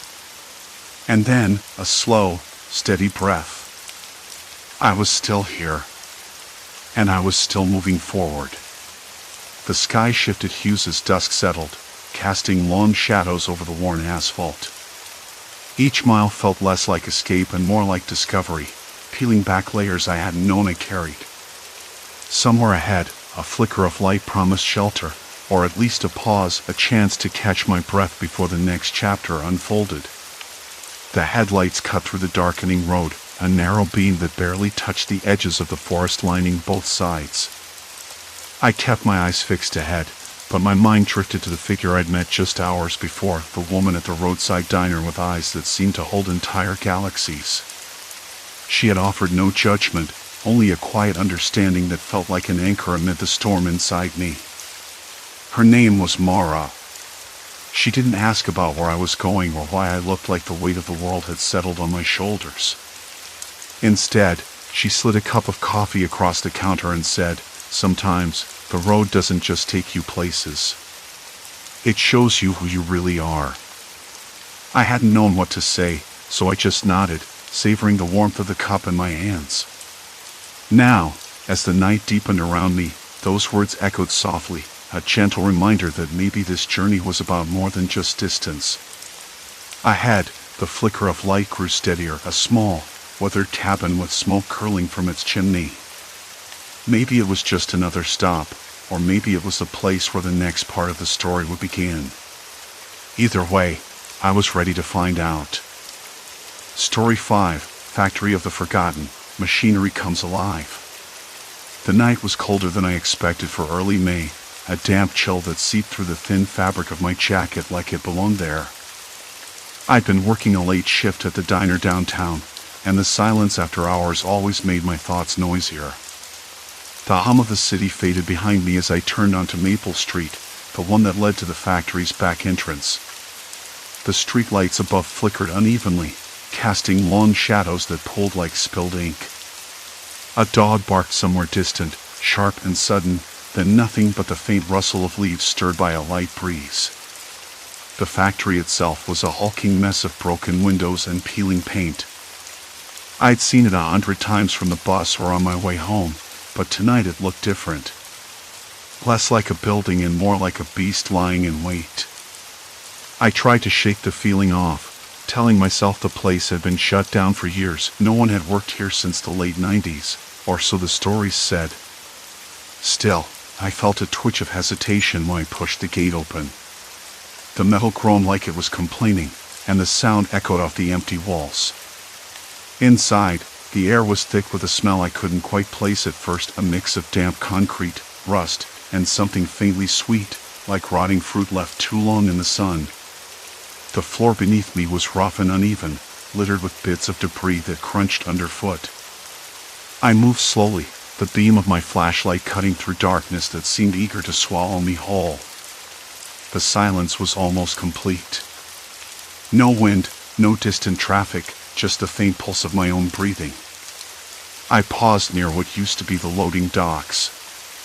The rusted rails on the ground disappeared into shadows, and I thought I caught a flicker of movement at the edge of my vision. Maybe a rat. Probably a rat. My hands trembled slightly as I adjusted the flashlight, trying not to let the sudden nervousness show. It was ridiculous. I'm not the kind of person who scares easily. Or at least, I wasn't. A sudden clatter from somewhere deep inside the building made me jump. My heart stumbled against my ribs, a quick, uneven beat that I hoped wasn't obvious. I swallowed hard, telling myself it was just loose metal or a falling piece of debris. The factory was old, after all. Things fell apart here all the time. Hello? My voice sounded small, cracked almost, swallowed by the vast emptiness. No answer. Just the echo of my own uncertainty. I moved toward the noise, curiosity pushing past the knot of unease in my stomach. The beam of my flashlight landed on a narrow corridor lined with old machinery, giant vats and conveyor belts coated in a thick layer of grime. The metal surfaces caught the light and gleamed faintly, like they were waiting. As I stepped closer, a faint vibration hummed through the floor. At first, I thought it was my imagination, but the low, rhythmic thrum grew louder, more insistent. The machinery was not dead. It was alive. I blinked, staring at the control panel on the wall. The buttons flickered weakly, some lights pulsing in an uneven pattern. The factory wasn't as abandoned as I'd been told. Whoever or whatever had been here was still using this place, still running this mess of metal and wires. A metallic hiss hissed through the air, like the breath of some slumbering giant. My stomach tightened. I took a step back, but the noise didn't stop. It deepened, shifting into a wet, sucking sound like something being pulled through pipes, or sludge moving beneath the surface. My mind raced. Organic waste. That was the factory's last known purpose, right? Processing the town's organic garbage, compost, maybe even sewage. But it was supposed to be shut down, decommissioned years ago. Ghost stories told of rats, maybe squatters taking shelter, but nothing more. I crouched beside one of the vats. The metal rim was cold and rough against my fingertips, slick with moisture that smelled faintly acidic. I shone the light inside. Darkness. But not empty darkness. Something moved just beneath the surface, a slow, pulsing shadow that rippled like a living thing. I leaned in closer, breath catching in my throat. The surface of the waste shifted, almost as if something inside was struggling. There was a faint, wet gurgle, and a vague shape that twisted just beyond the beam's reach. I stepped back sharply, heart hammering. This wasn't supposed to be happening. The factory was supposed to be dead. Who's there? I called, voice steadier this time, but still carrying an edge I couldn't hide. Silence answered, thick and heavy. I fumbled with my phone, fingers slippery with sweat despite the cold. No signal. Of course. The building's walls were thick and old. I cursed under my breath, a quiet, bitter sound. Then, a shadow detached itself from the dark far end of the corridor. I froze. The figure moved slowly, deliberately, stepping into the weak light. A man. His clothes were filthy, stained with grime and something darker. His eyes caught the light and held me calm, watchful, and unsettlingly still. Why are you here? His voice was low, rough like gravel scraped across metal. I swallowed, trying to force words past the sudden dryness in my mouth. Just looking. Didn't mean to. You shouldn't be here, he interrupted, stepping closer. The smell hit me then, sour and sickly, like the vats themselves. This place isn't empty. I wanted to back away, but my feet felt rooted. The factory, the noise, the smell, they all pressed in, squeezing the air from my lungs. He gestured toward the vats. They're still running. And there's something in there. Something that doesn't want to be found. His words sent a cold pulse through me. I swallowed again, heart still pounding in a frantic rhythm I couldn't quite catch. Why? I finally managed. Why keep it going? He shook his head, eyes dark and unreadable. Some things get trapped. Some things don't die when you want them to. I blinked. The phrase didn't make sense, but I felt the weight of it settle over the room like a second skin. Behind him, the machinery groaned, the hiss and gurgle rising like a slow, terrible heartbeat. And I realized then that whatever was inside those vats wasn't just waste. It was alive. The air was thick with that sour tang, the same rotten sweetness that clung to the vats, when I finally forced myself to move. You said they're still running, I whispered, voice barely steady. But who's maintaining this? Who's here? He didn't answer at first. Instead, he moved closer to the vats, his silhouette slipping between pools of flickering light and shadows. The yellow bulbs overhead buzzed and flickered, a dying heartbeat of the factory, and the floor underfoot was slick with something wet, but I couldn't tell if it was oil, water, or something worse. The night crew, he said finally, voice low and tight. Not official, not sanctioned. They come here for reasons I don't fully understand. I swallowed hard. Night crew? That explained the machinery running, but not the smell, not the quiet menace that seemed to seep from the vats themselves. I looked down at my shoes, muddy scuffs on cracked concrete, and tried to steady the tremor in my hands.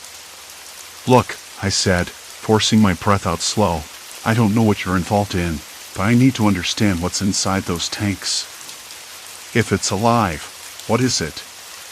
How is it still alive? He shrugged, then motioned toward the closest vat. You want to see? I'll show you. But once you do, you can't pretend you didn't. I nodded, the cold running up my spine sharper now than the chill of the night air. The factory felt bigger this close, the ceiling vanishing into darkness, the walls stained with years of grime and neglect. We stepped over lengths of pipe and broken tools, the floor slick and uneven beneath our feet. As we approached the vats, the machinery's hum grew louder, more insistent. I felt the vibration through the soles of my boots, a deep, mechanical thrum that seemed almost alive. The vats were enormous, steel cylinders stained dark with rust and something organic I couldn't identify. A faint steamy mist rose from their rims. He reached out and pressed a button on a nearby panel. A shutter lifted slowly, grinding on rusted tracks. Through the opening, I saw the contents, a churning mass of dark sludge, bubbles breaking the surface like slow, heavy breaths. Floating within, tangled bits of something fibrous and pale, like decayed flesh or rotten roots. The smell intensified, putrid but almost sweet in a way that made my stomach turn. Organic waste, he said quietly. But not just any. Human waste. Medical waste. Things people wanted gone. Things they thought were dead. The words hit me harder than I expected. I thought of hospitals, labs, the kind of secrets that get buried deep and forgotten, or so people hope. The machinery wasn't just processing garbage. It was hiding evidence. I squinted into the murky depths, trying to make sense of the shapes moving beneath the surface. The sludge shifted on its own, slow and deliberate, as if something beneath was pushing against it, trying to escape. See that? He said, voice dropping. It's alive. Somehow. I blinked, then leaned closer. The surface rippled again, and I caught a glimpse, something white and slick, a shape too large and too intentional to be just waste particles. A faint pulse of movement, quick and jerky, like a fish trapped in a barrel. My stomach clenched. That can't be, I breathed. Is it alive? He nodded grimly. Trapped. Maybe for years. A mistake. Or someone's secret. Whatever it is, it's screaming for help. I shivered, but the cold wasn't from the night. It was the realization that whatever was in those vats had survived the rot, the chemicals, the crushing weight of years. Something human, maybe. Or worse, something that had been human once. I turned away, mouth dry. We need to figure out how to get it out. He shook his head. You don't get it. That thing isn't just trapped by the tanks. It's trapped by the people who run this place. If they find out you're poking around, they'll come after you. A sudden clatter sounded from deeper in the factory. Instinct snapped me upright. We froze. The machinery hissed and whirred louder, the vats bubbling more violently. I felt sweat bead in my temples, the taste of metal sharp on my tongue. Who else is here? I asked, voice tight. He glanced over his shoulder, eyes sharp. No one I want to meet. The factory seemed to close in around us. The shadows lengthened, the sound of dripping water echoing like distant footsteps. I realized how exposed we were, two intruders in a place that had long ago swallowed its secrets whole. Let's keep moving, I said, forcing my legs to step forward before someone shows up. We slipped through a narrow corridor lined with cracked tiles and peeling paint. The smell faded slightly, replaced by the sharper tang of oil and rust. As we passed a tangled mess of cables and control panels, I noticed a faded sign barely hanging on one wall, safety protocol suspended. Unauthorized access prohibited. A laugh caught in my throat. Who'd care about safety here? Not with something alive and trapped, hidden in plain sight. Why keep it running at all? I asked, voice barely a whisper. He hesitated, then looked me in the eye. Because if it stops, if the vat's cool, whatever's inside will die. But if it dies, the truth will leak out. His words settled over me like a stone. They weren't just hiding waste, they were hiding a living secret. And it was clear they'd go to great lengths to keep it that way. Ahead, a faint light flickered. A door cracked open. Voices low, urgent, carried through the stale air.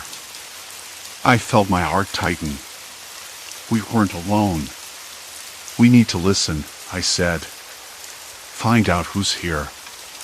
What they want. He nodded, pulling me closer to the wall. The voices grew clearer, rough and urgent. Did you see the vats? One voice breathed, tense. They're still running. The boss said no one's supposed to know, but it's not just waste in there. Yeah, the other replied, voice shaky. Something alive. I heard it last night, the splashing. Like a damn animal trapped underwater. A cold spike ran through my chest. These people weren't just maintaining the factory. They were guarding something dangerous enough to keep quiet about. I swallowed hard. Every instinct screamed to turn around, to run. But I knew I couldn't. Not yet. Whatever's in those vats, I whispered, it isn't just alive. It's a ticking clock. A distant clatter echoed again, louder this time. The light flickered wildly. The factory seemed to hold its breath. And I realized that whatever storm was gathering outside, the real danger was already inside. The question hung in the air, cold and heavy with silence, how long before they found us? The clatter came again, louder this time, metal banging against concrete, sharp and sudden in the stagnant air. I forced my eyes to adjust. A faint glow pulsed from the vats, those monstrous, rusted tanks I glimpsed through cracked windows earlier. The faint hum of machinery stirred, slow at first, then rising in pitch and volume until gears groaned and belts whirred like the factory itself was waking from a decades-long slumber. It was impossible. I'd seen the place dead, cold, empty. But now, some part of it was alive. And not just alive, working. I edged forward, every step hesitant, my shoes scraping against shards of glass and crumbling plaster. The smell hit me next, a rotten, acidic stench that clung to the back of my throat and made me gag. It wasn't just waste, there was something foul and organic, something sickly sweet beneath the usual grime. I swallowed hard, fighting the rising nausea. "Did you hear that?" I whispered, my voice hoarse and barely there. No answer. Just a mechanical groan and that low, wet sloshing from the vats. I leaned closer, eyes wide in the faint glow, and that's when I saw it, the surface of the liquid inside rippling unnaturally, as if something beneath was pushing against the walls. Not just splashing, but struggling. Alive. Straining. The voices I'd overheard earlier weren't exaggerating. Something was trapped in those vats. Something that shouldn't be.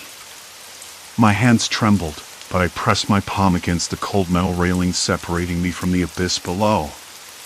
The vibrations from the machinery buzzed through the steel, a constant reminder that this place was still functioning, still hiding secrets. I tried to think back to the rumors I'd heard before, whispers about the factory's final days, rumors about illegal dumping and experiments with waste processing, but nothing concrete. The truth was worse, I realized. Not just dumping, but containment. Containment of something alive, something human maybe. Something forced into these vats. My head spun with questions, but the worst part was the silence around me, the absence of any other life. No footsteps, no voices. Just the factory's eerie, mechanical heartbeat and the faint, sickening splash beneath. I needed to move, needed to get closer, to see more, but the path ahead was blocked by twisted metal and fallen beams. I was trapped, cornered by the factory's own decay. Then, from deeper within the shadows, a sudden noise cracked through the stillness, a voice. Low, sharp, urgent. "You're not supposed to be here." I froze. The voice was close, too close. Not a ghost, not a shadow, human. "Show yourself," I said, trying to keep my voice steady, but my throat felt dry and tight. A figure stepped out from behind a stack of broken crates, a man, gaunt and grim, wearing a filthy jacket and a cap pulled low over his face. His eyes burned with suspicion. "You don't know what you're messing with," he said, voice rough like gravel. "This place is a tomb." I swallowed hard, trying to gauge whether he was a threat. Maybe he was one of the workers I'd heard talking, guarding the secret. Or worse, someone who'd been trapped here too long, driven mad. "Why is the factory still running?" I asked, my voice barely above a whisper. He glanced around nervously. "They never stopped." "Not really. The vats keep going because what's inside has to stay contained. If it gets out," he broke off, eyes darting toward the vats. "You don't want to find out." A cold knot tightened in my stomach. I wanted to ask more, but a sudden noise interrupted, a distant rumble from the far end of the factory, like heavy footsteps or the scraping of something large moving. The man tensed. "They're coming back. We don't have much time." "Who?" I asked, heart pounding. "Management. The ones who run this nightmare. They don't like visitors." Panic prickled at my skin. I glanced around, realizing for the first time how isolated we were. No clear exit, no easy escape route. The broken windows let in the cold night air, but the doors? Locked or barred from the outside, probably. I swallowed my fear and nodded. "Okay. What do we do?" He hesitated, then motioned for me to follow. "First, we get out of the vats area. Then, I'll show you what's really going on here." We moved fast, slipping through rusted catwalks and narrow corridors that smelled of oil and decay. The man kept glancing back, eyes sharp, muscles coiled like a predator ready to spring. I wanted to ask his name, to know if I could trust him, but words caught in my throat. The factory was alive, its secrets dark and suffocating, and I was already too deep. The next room opened into a control center, dust-covered panels flickering to life as we entered. Screens showed grainy images of the vats, close-ups of the murky liquid pulsing beneath the surface. And then I saw it. Movement. Something dark, shifting slowly just beneath the surface of one vat. "Look," the man whispered. I stared, heart hammering. That wasn't just organic waste. It was something alive, something struggling to survive in the chemical soup. "Why?" I asked, voice cracking. They thought they could hide it. Hide the people they experimented on, turned into fuel, into fertilizer. Living bodies, trapped and broken. A wave of nausea hit me. I stepped back, hands shaking. "This is monstrous." He nodded grimly. "And it's why the factory never really died. Because those people, they're still here." The lights flickered again, and somewhere far off, a door slammed shut. The clatter echoed like a gunshot in the silence. "We need to move," the man said, voice urgent. "Because now you know. And that means you're part of this. Whether you want to be or not." I swallowed hard, the weight of what I'd uncovered pressing down on me. There was no turning back, not with the vats still bubbling, not with the factory's cold breath on my neck. The storm outside had nothing on this. The real danger was already inside, waiting. And I was trapped with it. The air thickened instantly, like stepping into a room where the walls had been squeezed inward. Behind me, the man's voice dropped into a whisper. "We don't have much time." His eyes darted toward the shadowed hallways, scanning for anything that might move. "They'll know we're here." I swallowed, tasting the sour tang of adrenaline mixed with the stale factory air, something metallic and sharp, like rust and rot. My hands trembled against the cold concrete wall. I wanted to tell him I wasn't ready. That I wanted to run far away, to leave this nightmare behind and never look back. But the truth was, I was already too far in. Too tangled in the factory's dark secret. The vats bubbled, thick and sluggish, like molasses stirred by hidden hands. I could hear the wet sloshing, the faint squelch of something alive struggling beneath the surface. It wasn't just chemical waste. It was something else. Something human. "Look." The man pointed to a narrow catwalk winding around the vats, slick with grime and something darker. "We need to get closer. See what's inside." His voice held a tense edge, like someone trying to convince himself as much as me. I hesitated. The smell hit me then, a nauseating mix of ammonia, decay, and something worse. Not just death, but suffering. Something trapped. I wanted to tear away, but my feet moved forward of their own accord. The catwalk creaked under each step, a high-pitched protest against our weight. Shadows clung to the corners, thick and suffocating. I kept my flashlight trained on the vats, the beam slicing through the darkness to reveal the churning, black liquid inside. Then I saw it. Faint movements beneath the surface, limbs, maybe? Or just distortions in the sludge. My mind tried to rationalize it. It's probably debris. Waste material shifting. But the twitching wouldn't stop. It grew more frantic, like something desperate to break free. "God," I whispered. "Are those people?" He nodded, grim. They tried to hide them here. People who were part of the experiments. Bodies thrown into these vats to dissolve, to erase the evidence. But they're still alive in a way. The thought made my stomach convulse. I couldn't look away. The surface rippled, and I caught a glimpse of a face, pale, distorted, pressed against the inside of the vat like a ghost trapped beneath glass. Eyes wide, terrified. mouth opening in a silent scream. I stumbled back, catching myself on the rusted railing. My heart hammered so hard it drowned out the mechanical roar. "This isn't possible," I said, voice cracking. "How? Why?" He didn't answer right away. Instead, he pulled a small device from his pocket, something like a remote control, and pressed a button. The vat's motion slowed, the churning easing into a steady, sinister rhythm. A hatch near the edge hissed open, revealing thick, black sludge spilling over. My pulse raced. "We need to get out," I said, but the man shook his head. "No. We have to find the control room. Shut it down. If this keeps going, whatever's inside won't survive long. Or worse, it'll spread." As if on cue, a distant clatter echoed through the factory.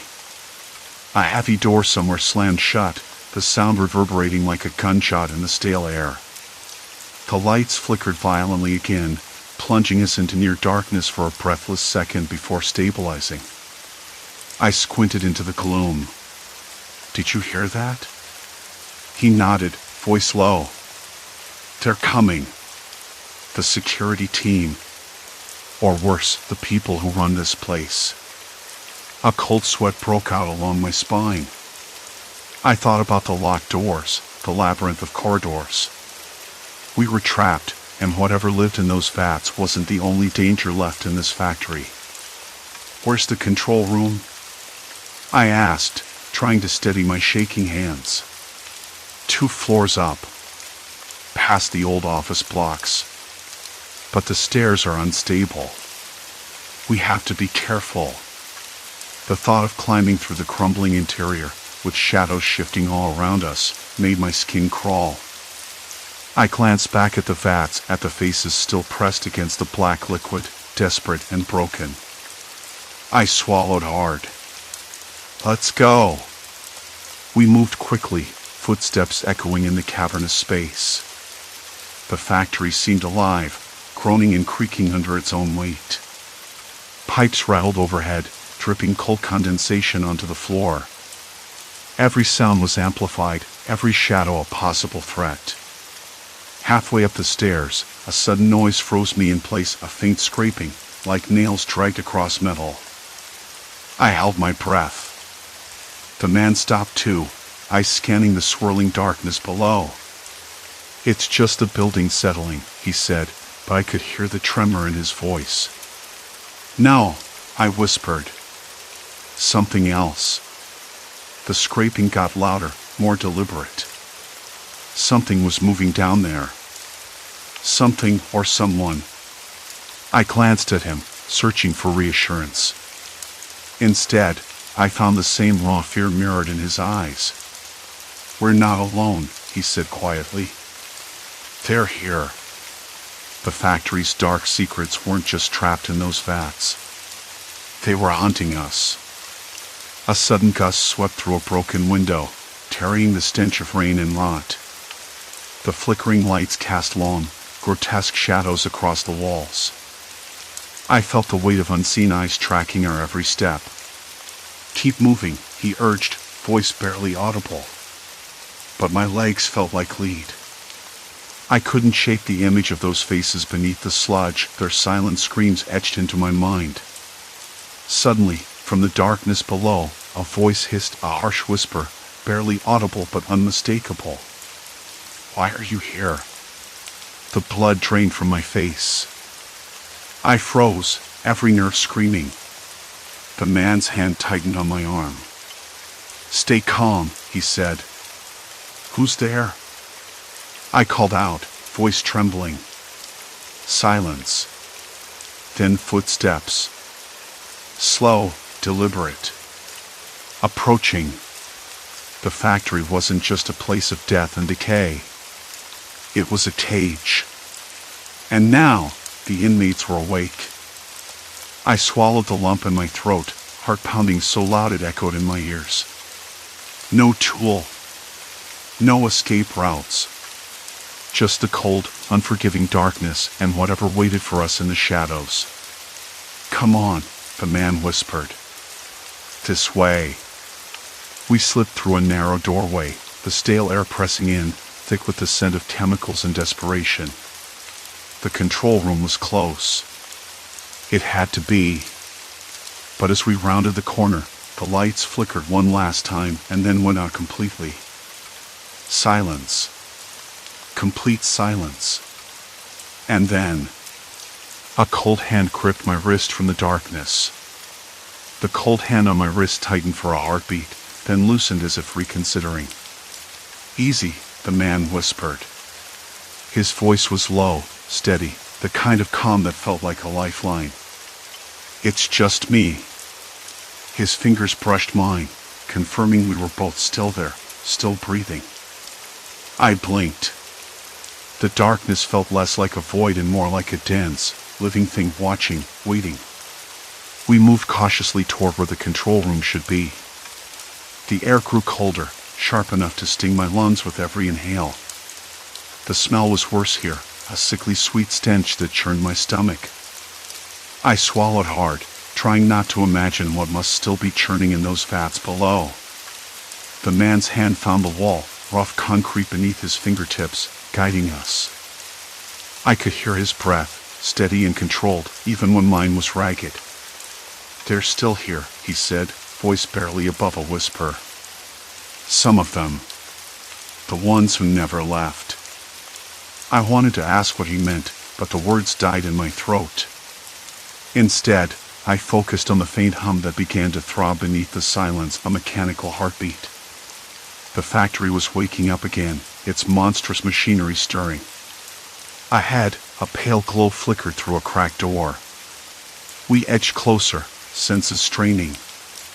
I could hear the low whine of motors, the clanking of chains, the splashing and gurgling of something organic being moved and processed. The vats. Look. The man pointed to a small panel near the door, its screen flickering with static and half-formed numbers. Power's back. Someone's running this place.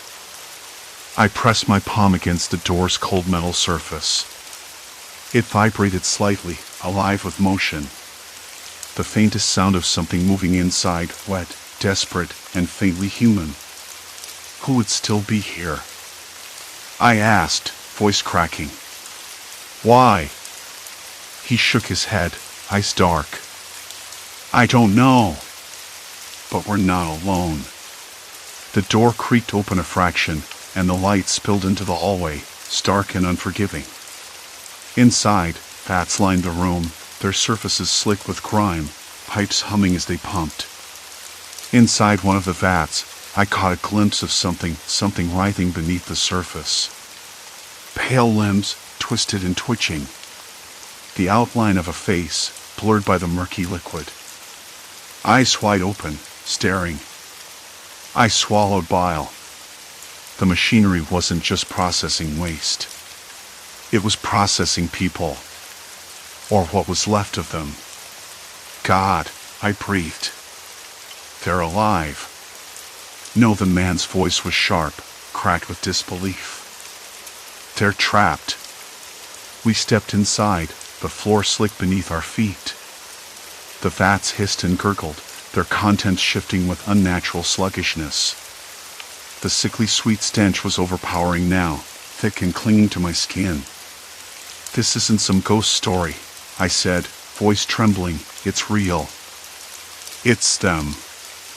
They're prisoners. The man nodded grimly. The factory's been a prison for years. I heard rumors, but I never believed it. Until now. I wanted to look away, to deny what my eyes were telling me, but I couldn't. There was no escaping the horror of those living shadows trapped in the vats, human, broken, forgotten. Why? I whispered. Why keep them here? He looked at me, eyes haunted. Control. Fear. Profit. It's all twisted together. They use the vats to hide the evidence, to erase the past. But people don't just vanish. The machinery hummed louder, a monstrous lullaby. Then one of the vats shuddered violently, a muffled scream echoing from within. My hands trembled. I wanted to help, but I was helpless. "We have to get out," I said, voice hollow. "Before they find us." He hesitated, then nodded. "Yeah. Before this place decides we're part of the process." We backed away slowly, the vats seeming to pulse around us, alive with suffering.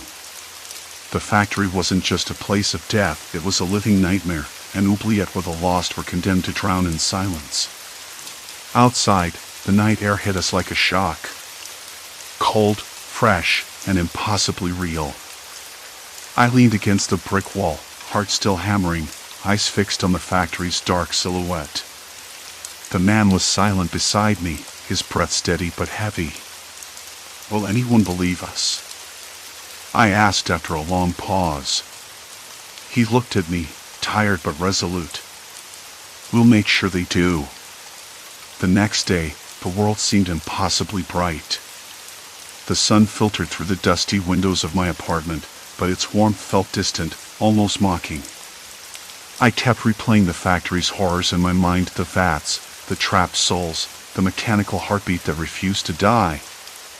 I called every journalist, every agency I could think of. I sent photos, recordings, anything that could expose the truth. But the factory was a leviathan, and powerful hands worked hard to keep its secrets buried. Still, I couldn't stop. I had to believe that somewhere, someone was listening. Weeks passed. The nightmares didn't fade. Sometimes, in the quiet moments before sleep, I could still hear the hiss of machinery, the wet gurgle of those vats, the faint whisper of voices trapped beneath the surface. I stopped going out at night. The shadows felt too thick, too heavy with unspoken threats.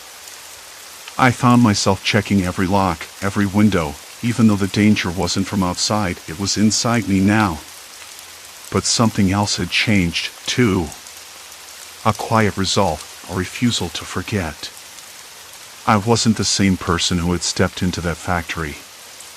The weight of what I'd seen pressed down on me, shaping my thoughts, my fears, my hopes. I started writing long, rambling accounts of that night, the people I'd almost touched, the silence that screamed louder than any voice. Maybe it was therapy. Or maybe it was a warning. One evening, as I sat by the window, the city's lights flickering in the distance, I thought I saw a shadow move just beyond the glass. A figure, watching. Waiting. I shivered. Or maybe I was just remembering. The factory's echoes never left me. Not fully. And I knew, no matter how far I ran or how hard I fought, the cages it built were still there, inside and out. But I was done hiding. The truth was out now, tangled in the darkness and the light, the living and the lost. And I would carry it with me, wherever I went. Story 6, Fractured Perception, Unveiling Hidden Realities. The morning started like any other, except for the migraine that hit me out of nowhere before I even touched my coffee. I stood still a moment, gripping the counter's chipped edge, the rough ceramic cool under my fingers. The smell of last night's takeout lingered faintly, a mix of soy and stale grease that usually didn't bother me. Today, it felt off, like a warning in the air I couldn't place. I shook my head and tried to focus on the calendar hanging crookedly on the wall. The dates were clear, but the faces of the people in the photos around it, family, friends, coworkers, seemed to shift just a little. I started where they shouldn't have. Smiles that once felt warm felt thin and stretched too wide, like painted masks cracking at the edges. I know how that sounds. A migraine messing with my vision, probably. That's what I told myself as I poured the coffee, the dark liquid steaming in the mug, smelling bitter with a hint of burnt grounds. I took a sip, but the taste was strange, metallic, almost like licking a penny. "Hey," my roommate called from the living room, his voice muffled but familiar. "You okay?" I cleared my throat. "Yeah, just a headache." Maybe you should lie down." His footsteps shuffled closer, the soft thud of socks on carpet filling the small apartment. "You look pale." I nodded, though he couldn't see. Pale. That word echoed oddly in my head, as if someone else had said it about me weeks ago. No, months ago. Maybe longer. The migraine pulsed again, throbbing now, relentless, and I leaned against the wall, the rough plaster scratching through my thin shirt. I tried to steady my breathing, counting in and out. In. Out. In. The room tilted slightly, and I blinked until the walls stopped breathing. The living room was quiet except for the hum of the radiator, a low, steady noise like distant thunder. Outside, cars passed lazily on the street, tires whispering against wet pavement. The air smelled faintly of rain, or something like rain, damp concrete, freshly cut grass, maybe a hint of gasoline from a nearby station. I sat down on the couch, the fabric prickly beneath my palms. My roommate, Mark, flopped beside me with a sigh, scrolling through his phone. The glow from the screen painted his face in pale blue light, but even that seemed strange. His expression was too blank, too practiced, like a mask. I caught myself staring too long, and the familiar cracks in his smile made me look away. "Are you sure you're okay?"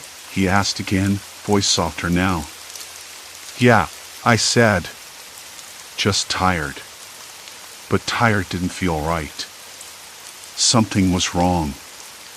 I could see it in the way people moved around me lately, the way their faces subtly betrayed a secret they were desperate to hide. It wasn't paranoia, I told myself that. Just a strange side effect of the migraine. But the feeling stuck, a cold knot tightening in my stomach. That afternoon I went to work, hoping the routine would ground me. The office was a small, cramped space on the third floor of an old brick building, the kind with creaky floors and faded wallpaper peeling at the corners.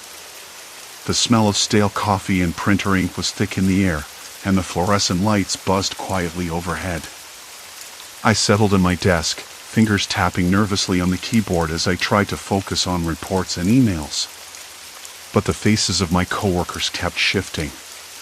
Sandra from accounting, who always smiled too brightly, her eyes darting away whenever I caught her looking. Tom, who laughed loudly but whose voice seemed forced, as if he was rehearsing a joke for an audience that wasn't there. Even my boss, Mr. Heller, had a way of tilting his head just so, narrowing his eyes in a way that felt less like curiosity and more like calculation. I rubbed my temples.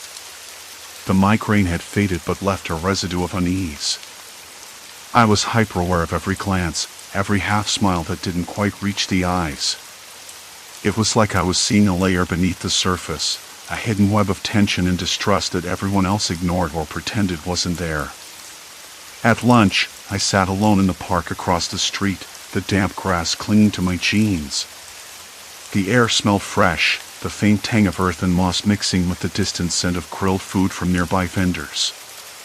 Children's laughter echoed faintly, but it felt muted, like sound underwater. I watched people pass by, couples holding hands, a man walking his dog, a woman reading a book on a bench. Their faces seemed normal, but the moment I looked too long, subtle strains appeared, tight jaws, eyes flickering with impatience or something darker. I chewed my sandwich slowly, tasting only boredom and a weird metallic aftertaste that lingered like a bad memory. My hands trembled slightly, and I wondered if I was losing it. Back at the office, things got worse. Emails from Sandra were curt, devoid of the usual pleasantries. Tom avoided eye contact altogether. I overheard fragments of whispered conversations, voices dropping when I approached. The migraine returned, a dull hammer inside my skull, and with it, the distortions grew sharper. I left work early, the gray sky threatening rain as I walked home. The neighborhood felt different, too quiet, the usual chatter of neighbors replaced by a heavy silence. The streetlights flickered, casting long shadows that seemed to lean in closer, watching. I passed the corner store, where the clerk's smile was too quick, too forced, disappearing as soon as I made eye contact. When I reached my apartment, I locked the door behind me and leaned against it, my breath shallow and uneven. I wanted to tell Mark, but the words tangled in my throat. What if he thought I was losing my mind? Besides, no one else seemed to notice. No one else saw the cracks in their faces. I was alone with this secret vision, this creeping suspicion that something was very wrong. I sat on the floor, back against the door, the cold pressing into my spine. The migraine flared again, sharp, wild, and I closed my eyes, willing it to stop. I pictured the normal world I used to know, the one without flickering faces and hidden fears. But even that image felt fragile, as if it could shatter at any moment. A faint sound broke the silence, a soft tapping at the window. I looked up. The rain had started, tiny droplets pattering against the glass like nervous fingers. Outside, the street was empty. I didn't move. I didn't want to see what might be lurking just beyond the glass. Because I was beginning to realize the danger wasn't in the shadows. It was in the faces around me. The rain had settled into a steady drum by the time I finally forced myself off the floor. I wanted to tell Mark everything. I really did. But the thought of his skeptical eyes, the way he might tilt his head and say I was imagining things, made my throat tighten. Who else would believe me? Nobody else had seen those flickers, those cracks in the faces. The hidden layers beneath smiles and casual glances. Still, I couldn't stay silent.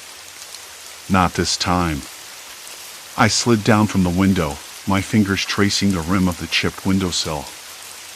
I snagged my phone from the table and started scrolling through old photos I'd taken the week before, faces of people I knew, places I'd been.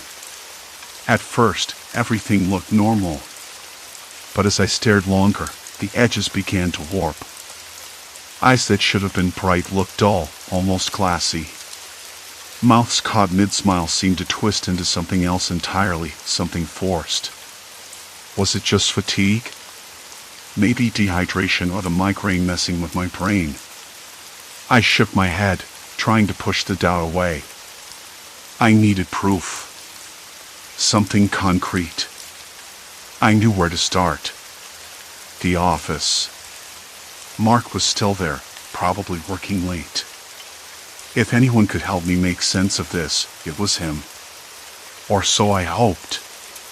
The moment I stepped outside, the cold rain slapped my face, wet and biting. I pulled my jacket tighter, the fabric sticking to my skin. The street was deserted, the usual buzz of city life swallowed by the night and the storm. A stray dog barked somewhere in the distance, the sound sharp and thin. On the way, I kept glancing at the people I passed. The barista at the corner cafe, the man hunched over his phone, the woman walking her dog, all seemed normal at first. But then came the flickers again. That subtle, sickening shift beneath the surface. Like they were wearing masks made of skin. I paused outside the office building, heart knocking against my ribs. The lobby was empty except for the night janitor, a middle-aged man with tired eyes and a lopsided grin. His smile didn't reach his eyes. I noticed the way his fingers tapped a nervous rhythm against the mop handle. "Hey," I said, voice rough. "Have you seen anything unusual tonight? Around here?" He looked up, startled, then forced a chuckle. "Unusual? Lady, it's just another rainy night. Folks keep to themselves." His eyes darted to the security camera above the elevator. "You sure you're okay?" I hesitated. "Just had a headache. Weird stuff on my mind." He nodded slowly, then smiled again. "Well, you're not the first. People get strange sometimes. Especially when it rains." I stepped toward the elevator, but something made me stop. The janitor's eyes flicked to the side, as if he was watching someone or something just out of my sight. The air felt heavier, tighter. I pressed the button, the soft ding of the arriving elevator echoing in the silence. Inside, the air was stale, tinged with the faint scent of disinfectant and old carpet. The lights flickered overhead, casting long shadows that stretched and bent. Mark's floor was 2 levels up. I had almost reached the door to his office when I heard it, a low murmur, voices just beyond the thin walls. Not quite loud enough to be a conversation, but too deliberate to be background noise. Curious, I pressed my ear to the door. The voices grew clearer. "Can't risk it leaking again," someone whispered, sharp and urgent. "They don't know yet." "We have time," another replied, calmer but firm. I pulled back, heart hammering. What was going on? I didn't know these voices, but the words felt heavy, like secrets wrapped in danger. I knocked softly. Mark's door swung open almost immediately. He looked up from his desk, surprise flickering across his face. "Hey, what are you doing here?" His voice was low, cautious. I needed to talk," I said, suddenly self-conscious. The migraine throbbed again. "There's something wrong. I think people are hiding things. Things I can see but can't explain." He rubbed his temples, sighing. "You've been under a lot of stress, you know. Maybe the migraine's messing with your head." I shook my head. "No." I saw them. Faces. Not like before. Like peeling back layers and finding something rotten underneath. Mark's eyes narrowed. "That sounds intense. You want to sit?" I nodded, sinking into the chair across from him. The office smelled faintly of coffee and old paper. Outside, the rain continued its relentless patter. "I'm serious," I said. "I don't think it's just in my head. Last night, I saw the janitor. He wasn't himself. And just now, I overheard voices talking about something secret. Something dangerous." Mark leaned back, studying me. "You want me to check it out? Maybe ask around?" I hesitated. Was I dragging him into something he didn't want to be part of? But the alternative, facing this alone, felt worse. "Please," I whispered. He nodded. "All right.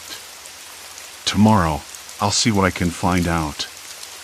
But you need to rest tonight, okay? Don't push yourself." I agreed, though the migraine whispered warnings of sleeplessness ahead. Before I left, Mark's phone buzzed on his desk. He glanced down, frowning. "It's from Sarah," he muttered. "She's worried about the project. Says something's off with the data." "More secrets," I said, biting my lip. "Yeah," he replied. "This might be bigger than we thought." Outside, the rain had slowed to a drizzle. The street lamp flickered above us, casting uneven light that danced in the wet pavement. On the walk home, I tried to steady my breathing. The city felt different tonight, colder, sharper, as if everything was holding its breath. My phone buzzed. A message from an unknown number. "You're looking too close. Stop." I dropped the phone into my pocket, fingers trembling. Stop? I wasn't about to stop. Not now. Because the faces hiding danger weren't going away. And neither was I. The rain had barely stopped when I pulled my coat tighter against the chill. I couldn't shake the feeling that whatever I'd uncovered wasn't just some minor glitch or coincidence. It was something bigger. More dangerous. And now, with Sarah worried about the data and Mark's own unease, the normal rhythms of my life felt like a thin veneer cracking under pressure. I tried calling Mark again before bed, but his phone went straight to voicemail. That only made the silence feel heavier. The kind of silence that stretches and tightens, making every creak and groan in my apartment sound like a warning. I sat on the edge of my bed, the sheets rough against my skin, trying to steady my breathing. I kept replaying the scene at Mark's office, the way his face had hardened when Sarah's message arrived, the way he glanced at me like I was teetering on the edge of something I couldn't understand yet. He said he'd look into it tomorrow, but I wasn't sure if looking into it was just a polite way of saying trying to protect me from something I didn't need to see. The migraine pulsed again, sharper this time, and I pressed my palm against my forehead. I could almost taste the metallic tang of fear creeping into my mouth, bitter and cold. I didn't sleep. Not really. The shadows in my room stretched and shifted, and I kept catching glimpses out of the corner of my faces I didn't recognize standing just beyond the window, or a flicker of movement in the hallway. I told myself it was just the migraine messing with my perception, but I wasn't sure anymore. Morning came gray and damp. The city buzzed with its usual noise, car horns, distant sirens, the rumble of buses, but it all felt sharper, like the world had been turned up a notch and I wasn't sure I could keep up. I met Mark at his office. He looked tired, the lines around his eyes deeper than the night before. His desk was cluttered with printouts and scribbled notes, the air heavy with the faint smell of stale coffee and paper. "Sarah sent me something," he said without preamble, sliding a folder across the desk. I flipped it open. The data didn't make sense at first, charts and tables with small, almost imperceptible inconsistencies. But then I saw it, a pattern of subtle manipulations, numbers shifted just enough to hide something critical. "Someone's been altering the data," I said, voice low. "On purpose." Mark nodded. "And not just a little. The whole project might be built on lies." I swallowed hard. This wasn't just about a mistake or a cover-up. It was deliberate. Someone wanted to keep the truth buried, and they'd gone to great lengths to do it. "Do we know who?" I asked. He hesitated, then shook his head. "Not yet. But I'm digging. And I think Sarah might have more than just the data." She sounded scared. Scared. The word echoed in my mind. It wasn't just paranoia anymore. There were real stakes here. I glanced around the office. The usual hum of computers felt oppressive, like the walls were closing in. I noticed a small photo on Mark's desk, a group of people smiling, frozen in time. But even in the photo, the smiles felt forced, like masks. "Mark," I said, "if this gets out, if we push too hard." He cut me off. "I know. There's no turning back now." That admission hit me harder than I expected. No turning back. I'd crossed some invisible line, and the world I thought I understood was slipping away. After the meeting, I walked the streets, trying to clear my head. The city's usual soundtrack felt twisted, the laughter from a nearby cafe sounded brittle, the chatter on the bus sharp and clipped. Faces I passed held something underneath, a flicker of something I couldn't name. Deception? Fear? Or maybe just the weight of secrets they carried. I stopped at a small park, the damp grass squishing under my shoes. The air smelled faintly of wet leaves and exhaust fumes. I sat on a bench, watching a dog tug its owner's sleeve insistently. The mundane moment felt strange, almost alien. My phone buzzed again. Another message from that unknown number. "You're in too deep. There's no way out." I dropped the phone onto the bench, heart hammering so loud I was sure people nearby could hear it. The words weren't just a threat, they were a grim promise. I thought about calling Sarah, but the migraine flared again, sharp and relentless. My vision blurred for a moment, and when it cleared, I caught a glimpse of a man across the street watching me. Not just watching, studying. His eyes locked with mine for a heartbeat before he turned and disappeared into the crowd. I didn't follow. I couldn't. Instead, I got up and walked away, every nerve screaming that I was being watched, hunted even, though by what or whom I couldn't say. Back home, I locked the door and checked the windows twice. The usual noises of the city filtered in, the distant hum of traffic, a siren far away, but inside, the silence pressed down like a weight. I sat at my desk, staring at my laptop. The files I collected, the messages, the distorted faces, they were all pieces of a puzzle I wasn't sure I wanted to finish. But I had to. Because the moment I stopped looking, the moment I let the fear win, was the moment I lost everything. And now, there was no going back. Just then, my phone buzzed one last time. A new message, this time from Mark. Meet me at the old warehouse. Midnight. Come alone. I stared at the screen, the room, with its faint smell of dust and decay suddenly too cold, too quiet around me. The migraine faded, but the tension didn't. The point of no return wasn't a place I crossed, it was a moment. And I just stepped into it. The old warehouse wasn't hard to find. I checked my phone again. Midnight was close. Mark's message played over in my head, come alone. The words felt like a trap. But the alternative, ignoring it, was worse. I couldn't shake the feeling that he held the key to whatever was unraveling around me, even if the key came wrapped in danger. The door to the warehouse was ajar, creaking softly as the wind nudged it. I hesitated, fingertips brushing the chipped paint, rough with splinters scratching my skin. My pulse hammered in my ears louder than the distant city hum. I stepped inside, and the darkness swallowed me whole. The air was thick with dust and something else bitter, like burnt paper. My shoes scuffed against the cracked concrete floor, echoing in the cavernous space. The faint outlines of metal shelving and abandoned crates emerged from the gloom. I tried to make sense of the shapes, but the shadows shifted with every blink, twisting faces into masks I couldn't trust.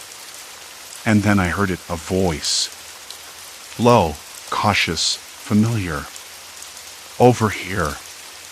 Mark's whisper came from a corner dimly lit by a single bare bulb, swinging slightly as if disturbed by a draft. I moved cautiously, every step measured. The bulb's light flickered against his face, revealing more than I wanted. His eyes, once steady, now darted nervously, almost too quick. The subtle distortions I'd been seeing lately were back, more vivid than ever. His smile faltered, the edges twitching like a bad signal.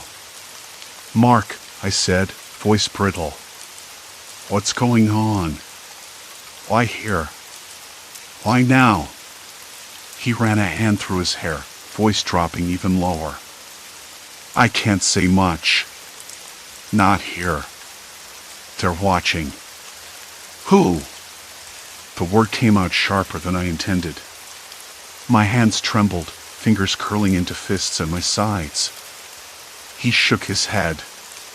You don't understand. It's not just about you or me. It's bigger. This place. It's where I found the truth. His eyes locked on mine, desperate, pleading. But it's dangerous. They won't let us walk away.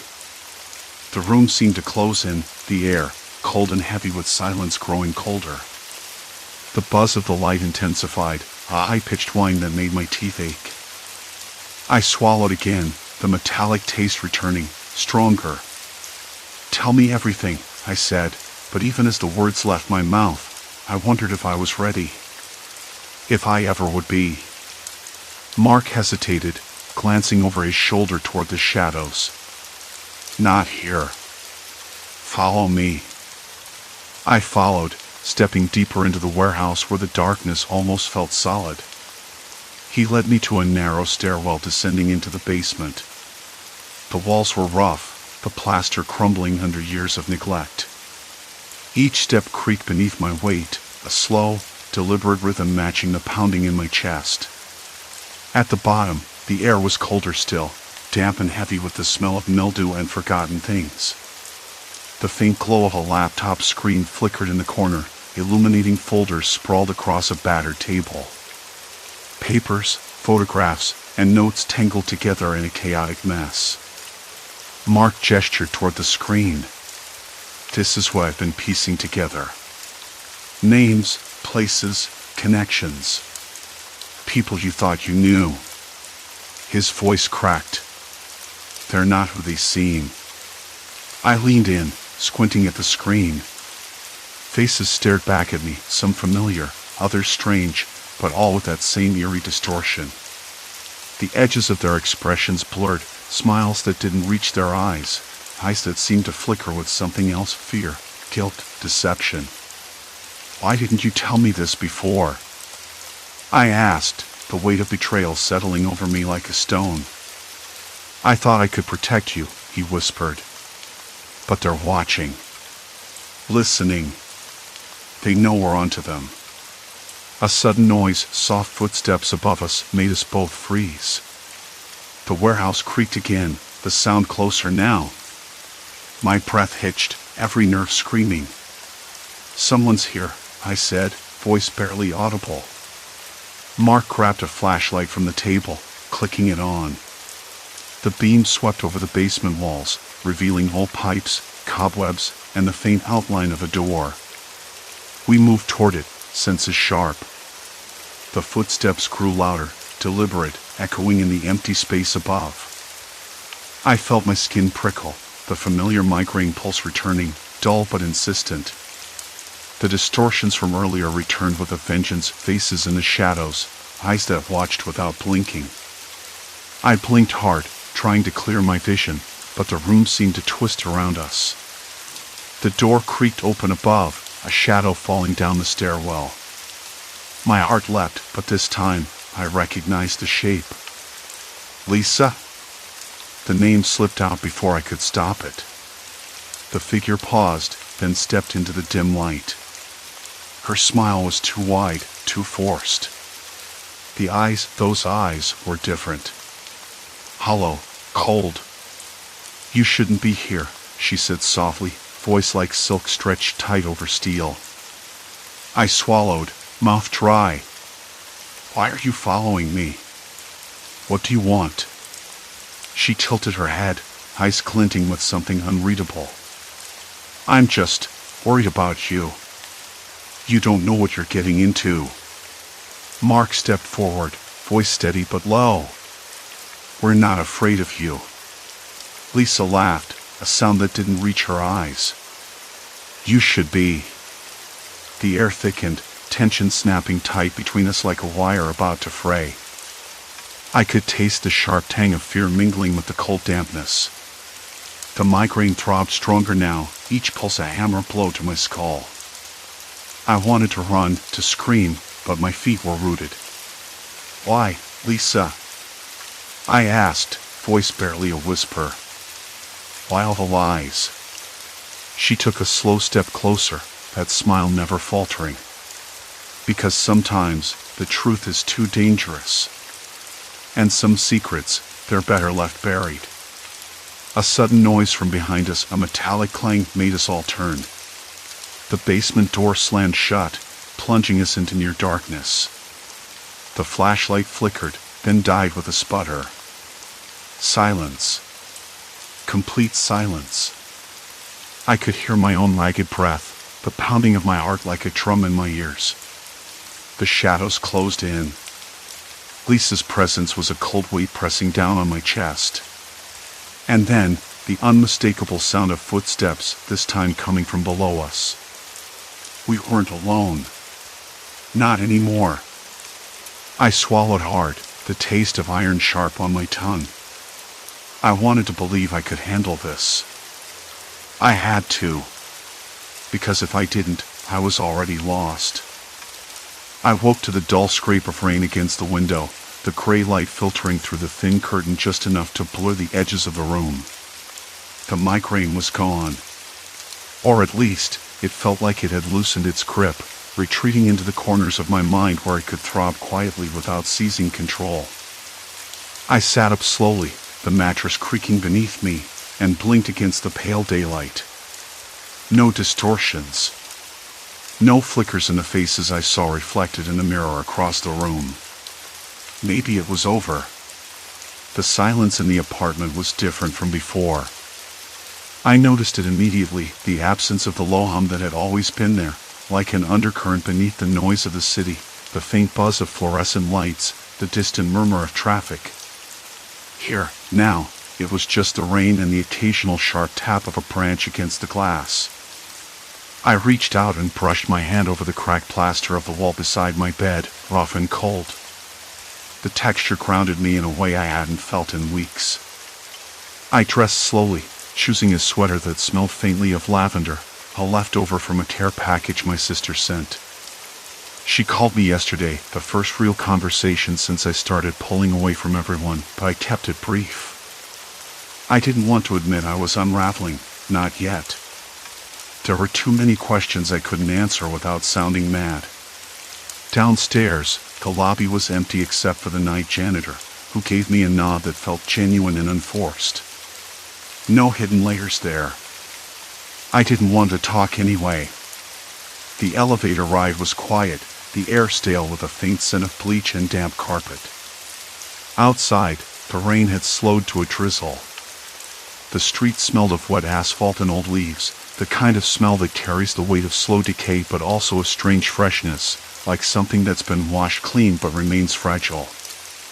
I walked without a destination, letting my feet carry me past familiar storefronts and faces that looked normal. Or so I thought. I stopped at the corner cafe where I used to come every morning. The barista, a woman named Clara, smiled when she saw me. But this time, I caught the hesitation in her eyes, a flicker of something guarded beneath the polite curl of her lips. I wondered if it was in my head or real. I ordered a black coffee, no sugar, no cream. The bitter taste grounded me as I watched her move behind the counter, the way her movements were a little too precise, as if she were performing a role rather than just making coffee. "You look better today," she said. Her voice was soft but forced. "Thanks," I said, managing a small smile. "It's been a tough week." She nodded, but her eyes didn't soften. Instead, they sharpened briefly, like a camera lens adjusting focus too quickly. I wanted to ask if she saw it too, the cracks in the world that no one else seemed to notice, but I didn't. I was exhausted from pretending. I left the cafe and walked toward the park. The trees were skeletal, their branches bare against the steel-gray sky. A dog barked somewhere far off, sharp and urgent, breaking the quiet. I sat on a bench, the wood damp and cold beneath my fingertips. Around me, people passed, some alone, others in pairs or groups, but their faces were solid, familiar. No distortions. No hidden fears lurking in their eyes. Or maybe I was just tired. Maybe the migraine had been a fluke. A voice jolted me from my thoughts. "Hey!" It was Martin. I hadn't seen him in nearly a month. His presence was sudden, like a shadow stepping from behind a tree. His smile was the same, but his eyes were calculating, sharp, the kind that watched and waited. "Martin," I said, trying to keep my tone neutral. "We need to talk," he said, stepping closer. His breath carried the faint scent of coffee and something else, a trace of sweat, maybe. Anxiety? Or something darker? I shifted on the bench, my heart ticking faster. "About what?" "You don't get it, do you?" He leaned in, voice low. "Everything you're seeing, it's not just in your head." I swallowed, the bitter taste of my coffee rising again. "Then what is it?" He hesitated, then said, "People lie. I mean, really lie. And you're the only one who can see when they're hiding something. You think it's a curse, but it's a gift. Or a curse, maybe. Depends how you use it. I looked away, the rain beginning to fall again in soft, steady taps. His words unsettled me, but part of me wanted to believe him. I wanted clarity. Instead, all I felt was the weight of uncertainty pressing down on my chest. "Why are you telling me this?" I asked. "Because I'm involved." He didn't explain further. His eyes darted toward the street, wary, like he expected someone to emerge from the shadows at any moment. I wanted to ask more, but the words stuck in my throat. Martin's presence brought back all the doubts I tried to bury. The hidden layers of fear and deception weren't just in others, they were tangled in me, too. And maybe the migraine hadn't been a curse or a symptom, but a trigger. A signal. I thanked him quietly and watched him disappear into the crowd, swallowed up by the gray day. Later, at home, I sat by the window, the rain tracing lazy patterns on the glass. I thought about the past few weeks, the flickers in people's eyes, the warped angles of familiar rooms, the whispered lies that hung in the air like static. How fragile trust had become, how easily reality could fracture when you looked too closely. I reached for my phone, fingers trembling slightly, and called my sister. This time, I let the words spill out, the headaches, the visions, the paranoia. She listened without interrupting, her voice steady and warm on the other end. "You're not alone," she said. "We'll figure this out. Together." I closed my eyes, the sound of her voice a lifeline. The migraine was still there, a dull throb beneath the surface, but it no longer felt like a prison. Maybe it never had to be. I stood and moved to the mirror, meeting my own gaze for the first time in weeks. The face staring back was tired, yes, but real. No flickers, no distortions. Just me. Flawed, uncertain, but still whole. Outside, the rain eased to a drizzle. The world remained imperfect, layered with secrets and half-truths. But I was done hiding from it. Done doubting every glance, every smile. I would learn to live with the fractures, to navigate the shadows without losing myself. Because if fear and deception were everywhere, then the only thing I could trust was my own resolve. And that, for now, was enough. Silence settled again, but this time it was different. It was calm. Complete.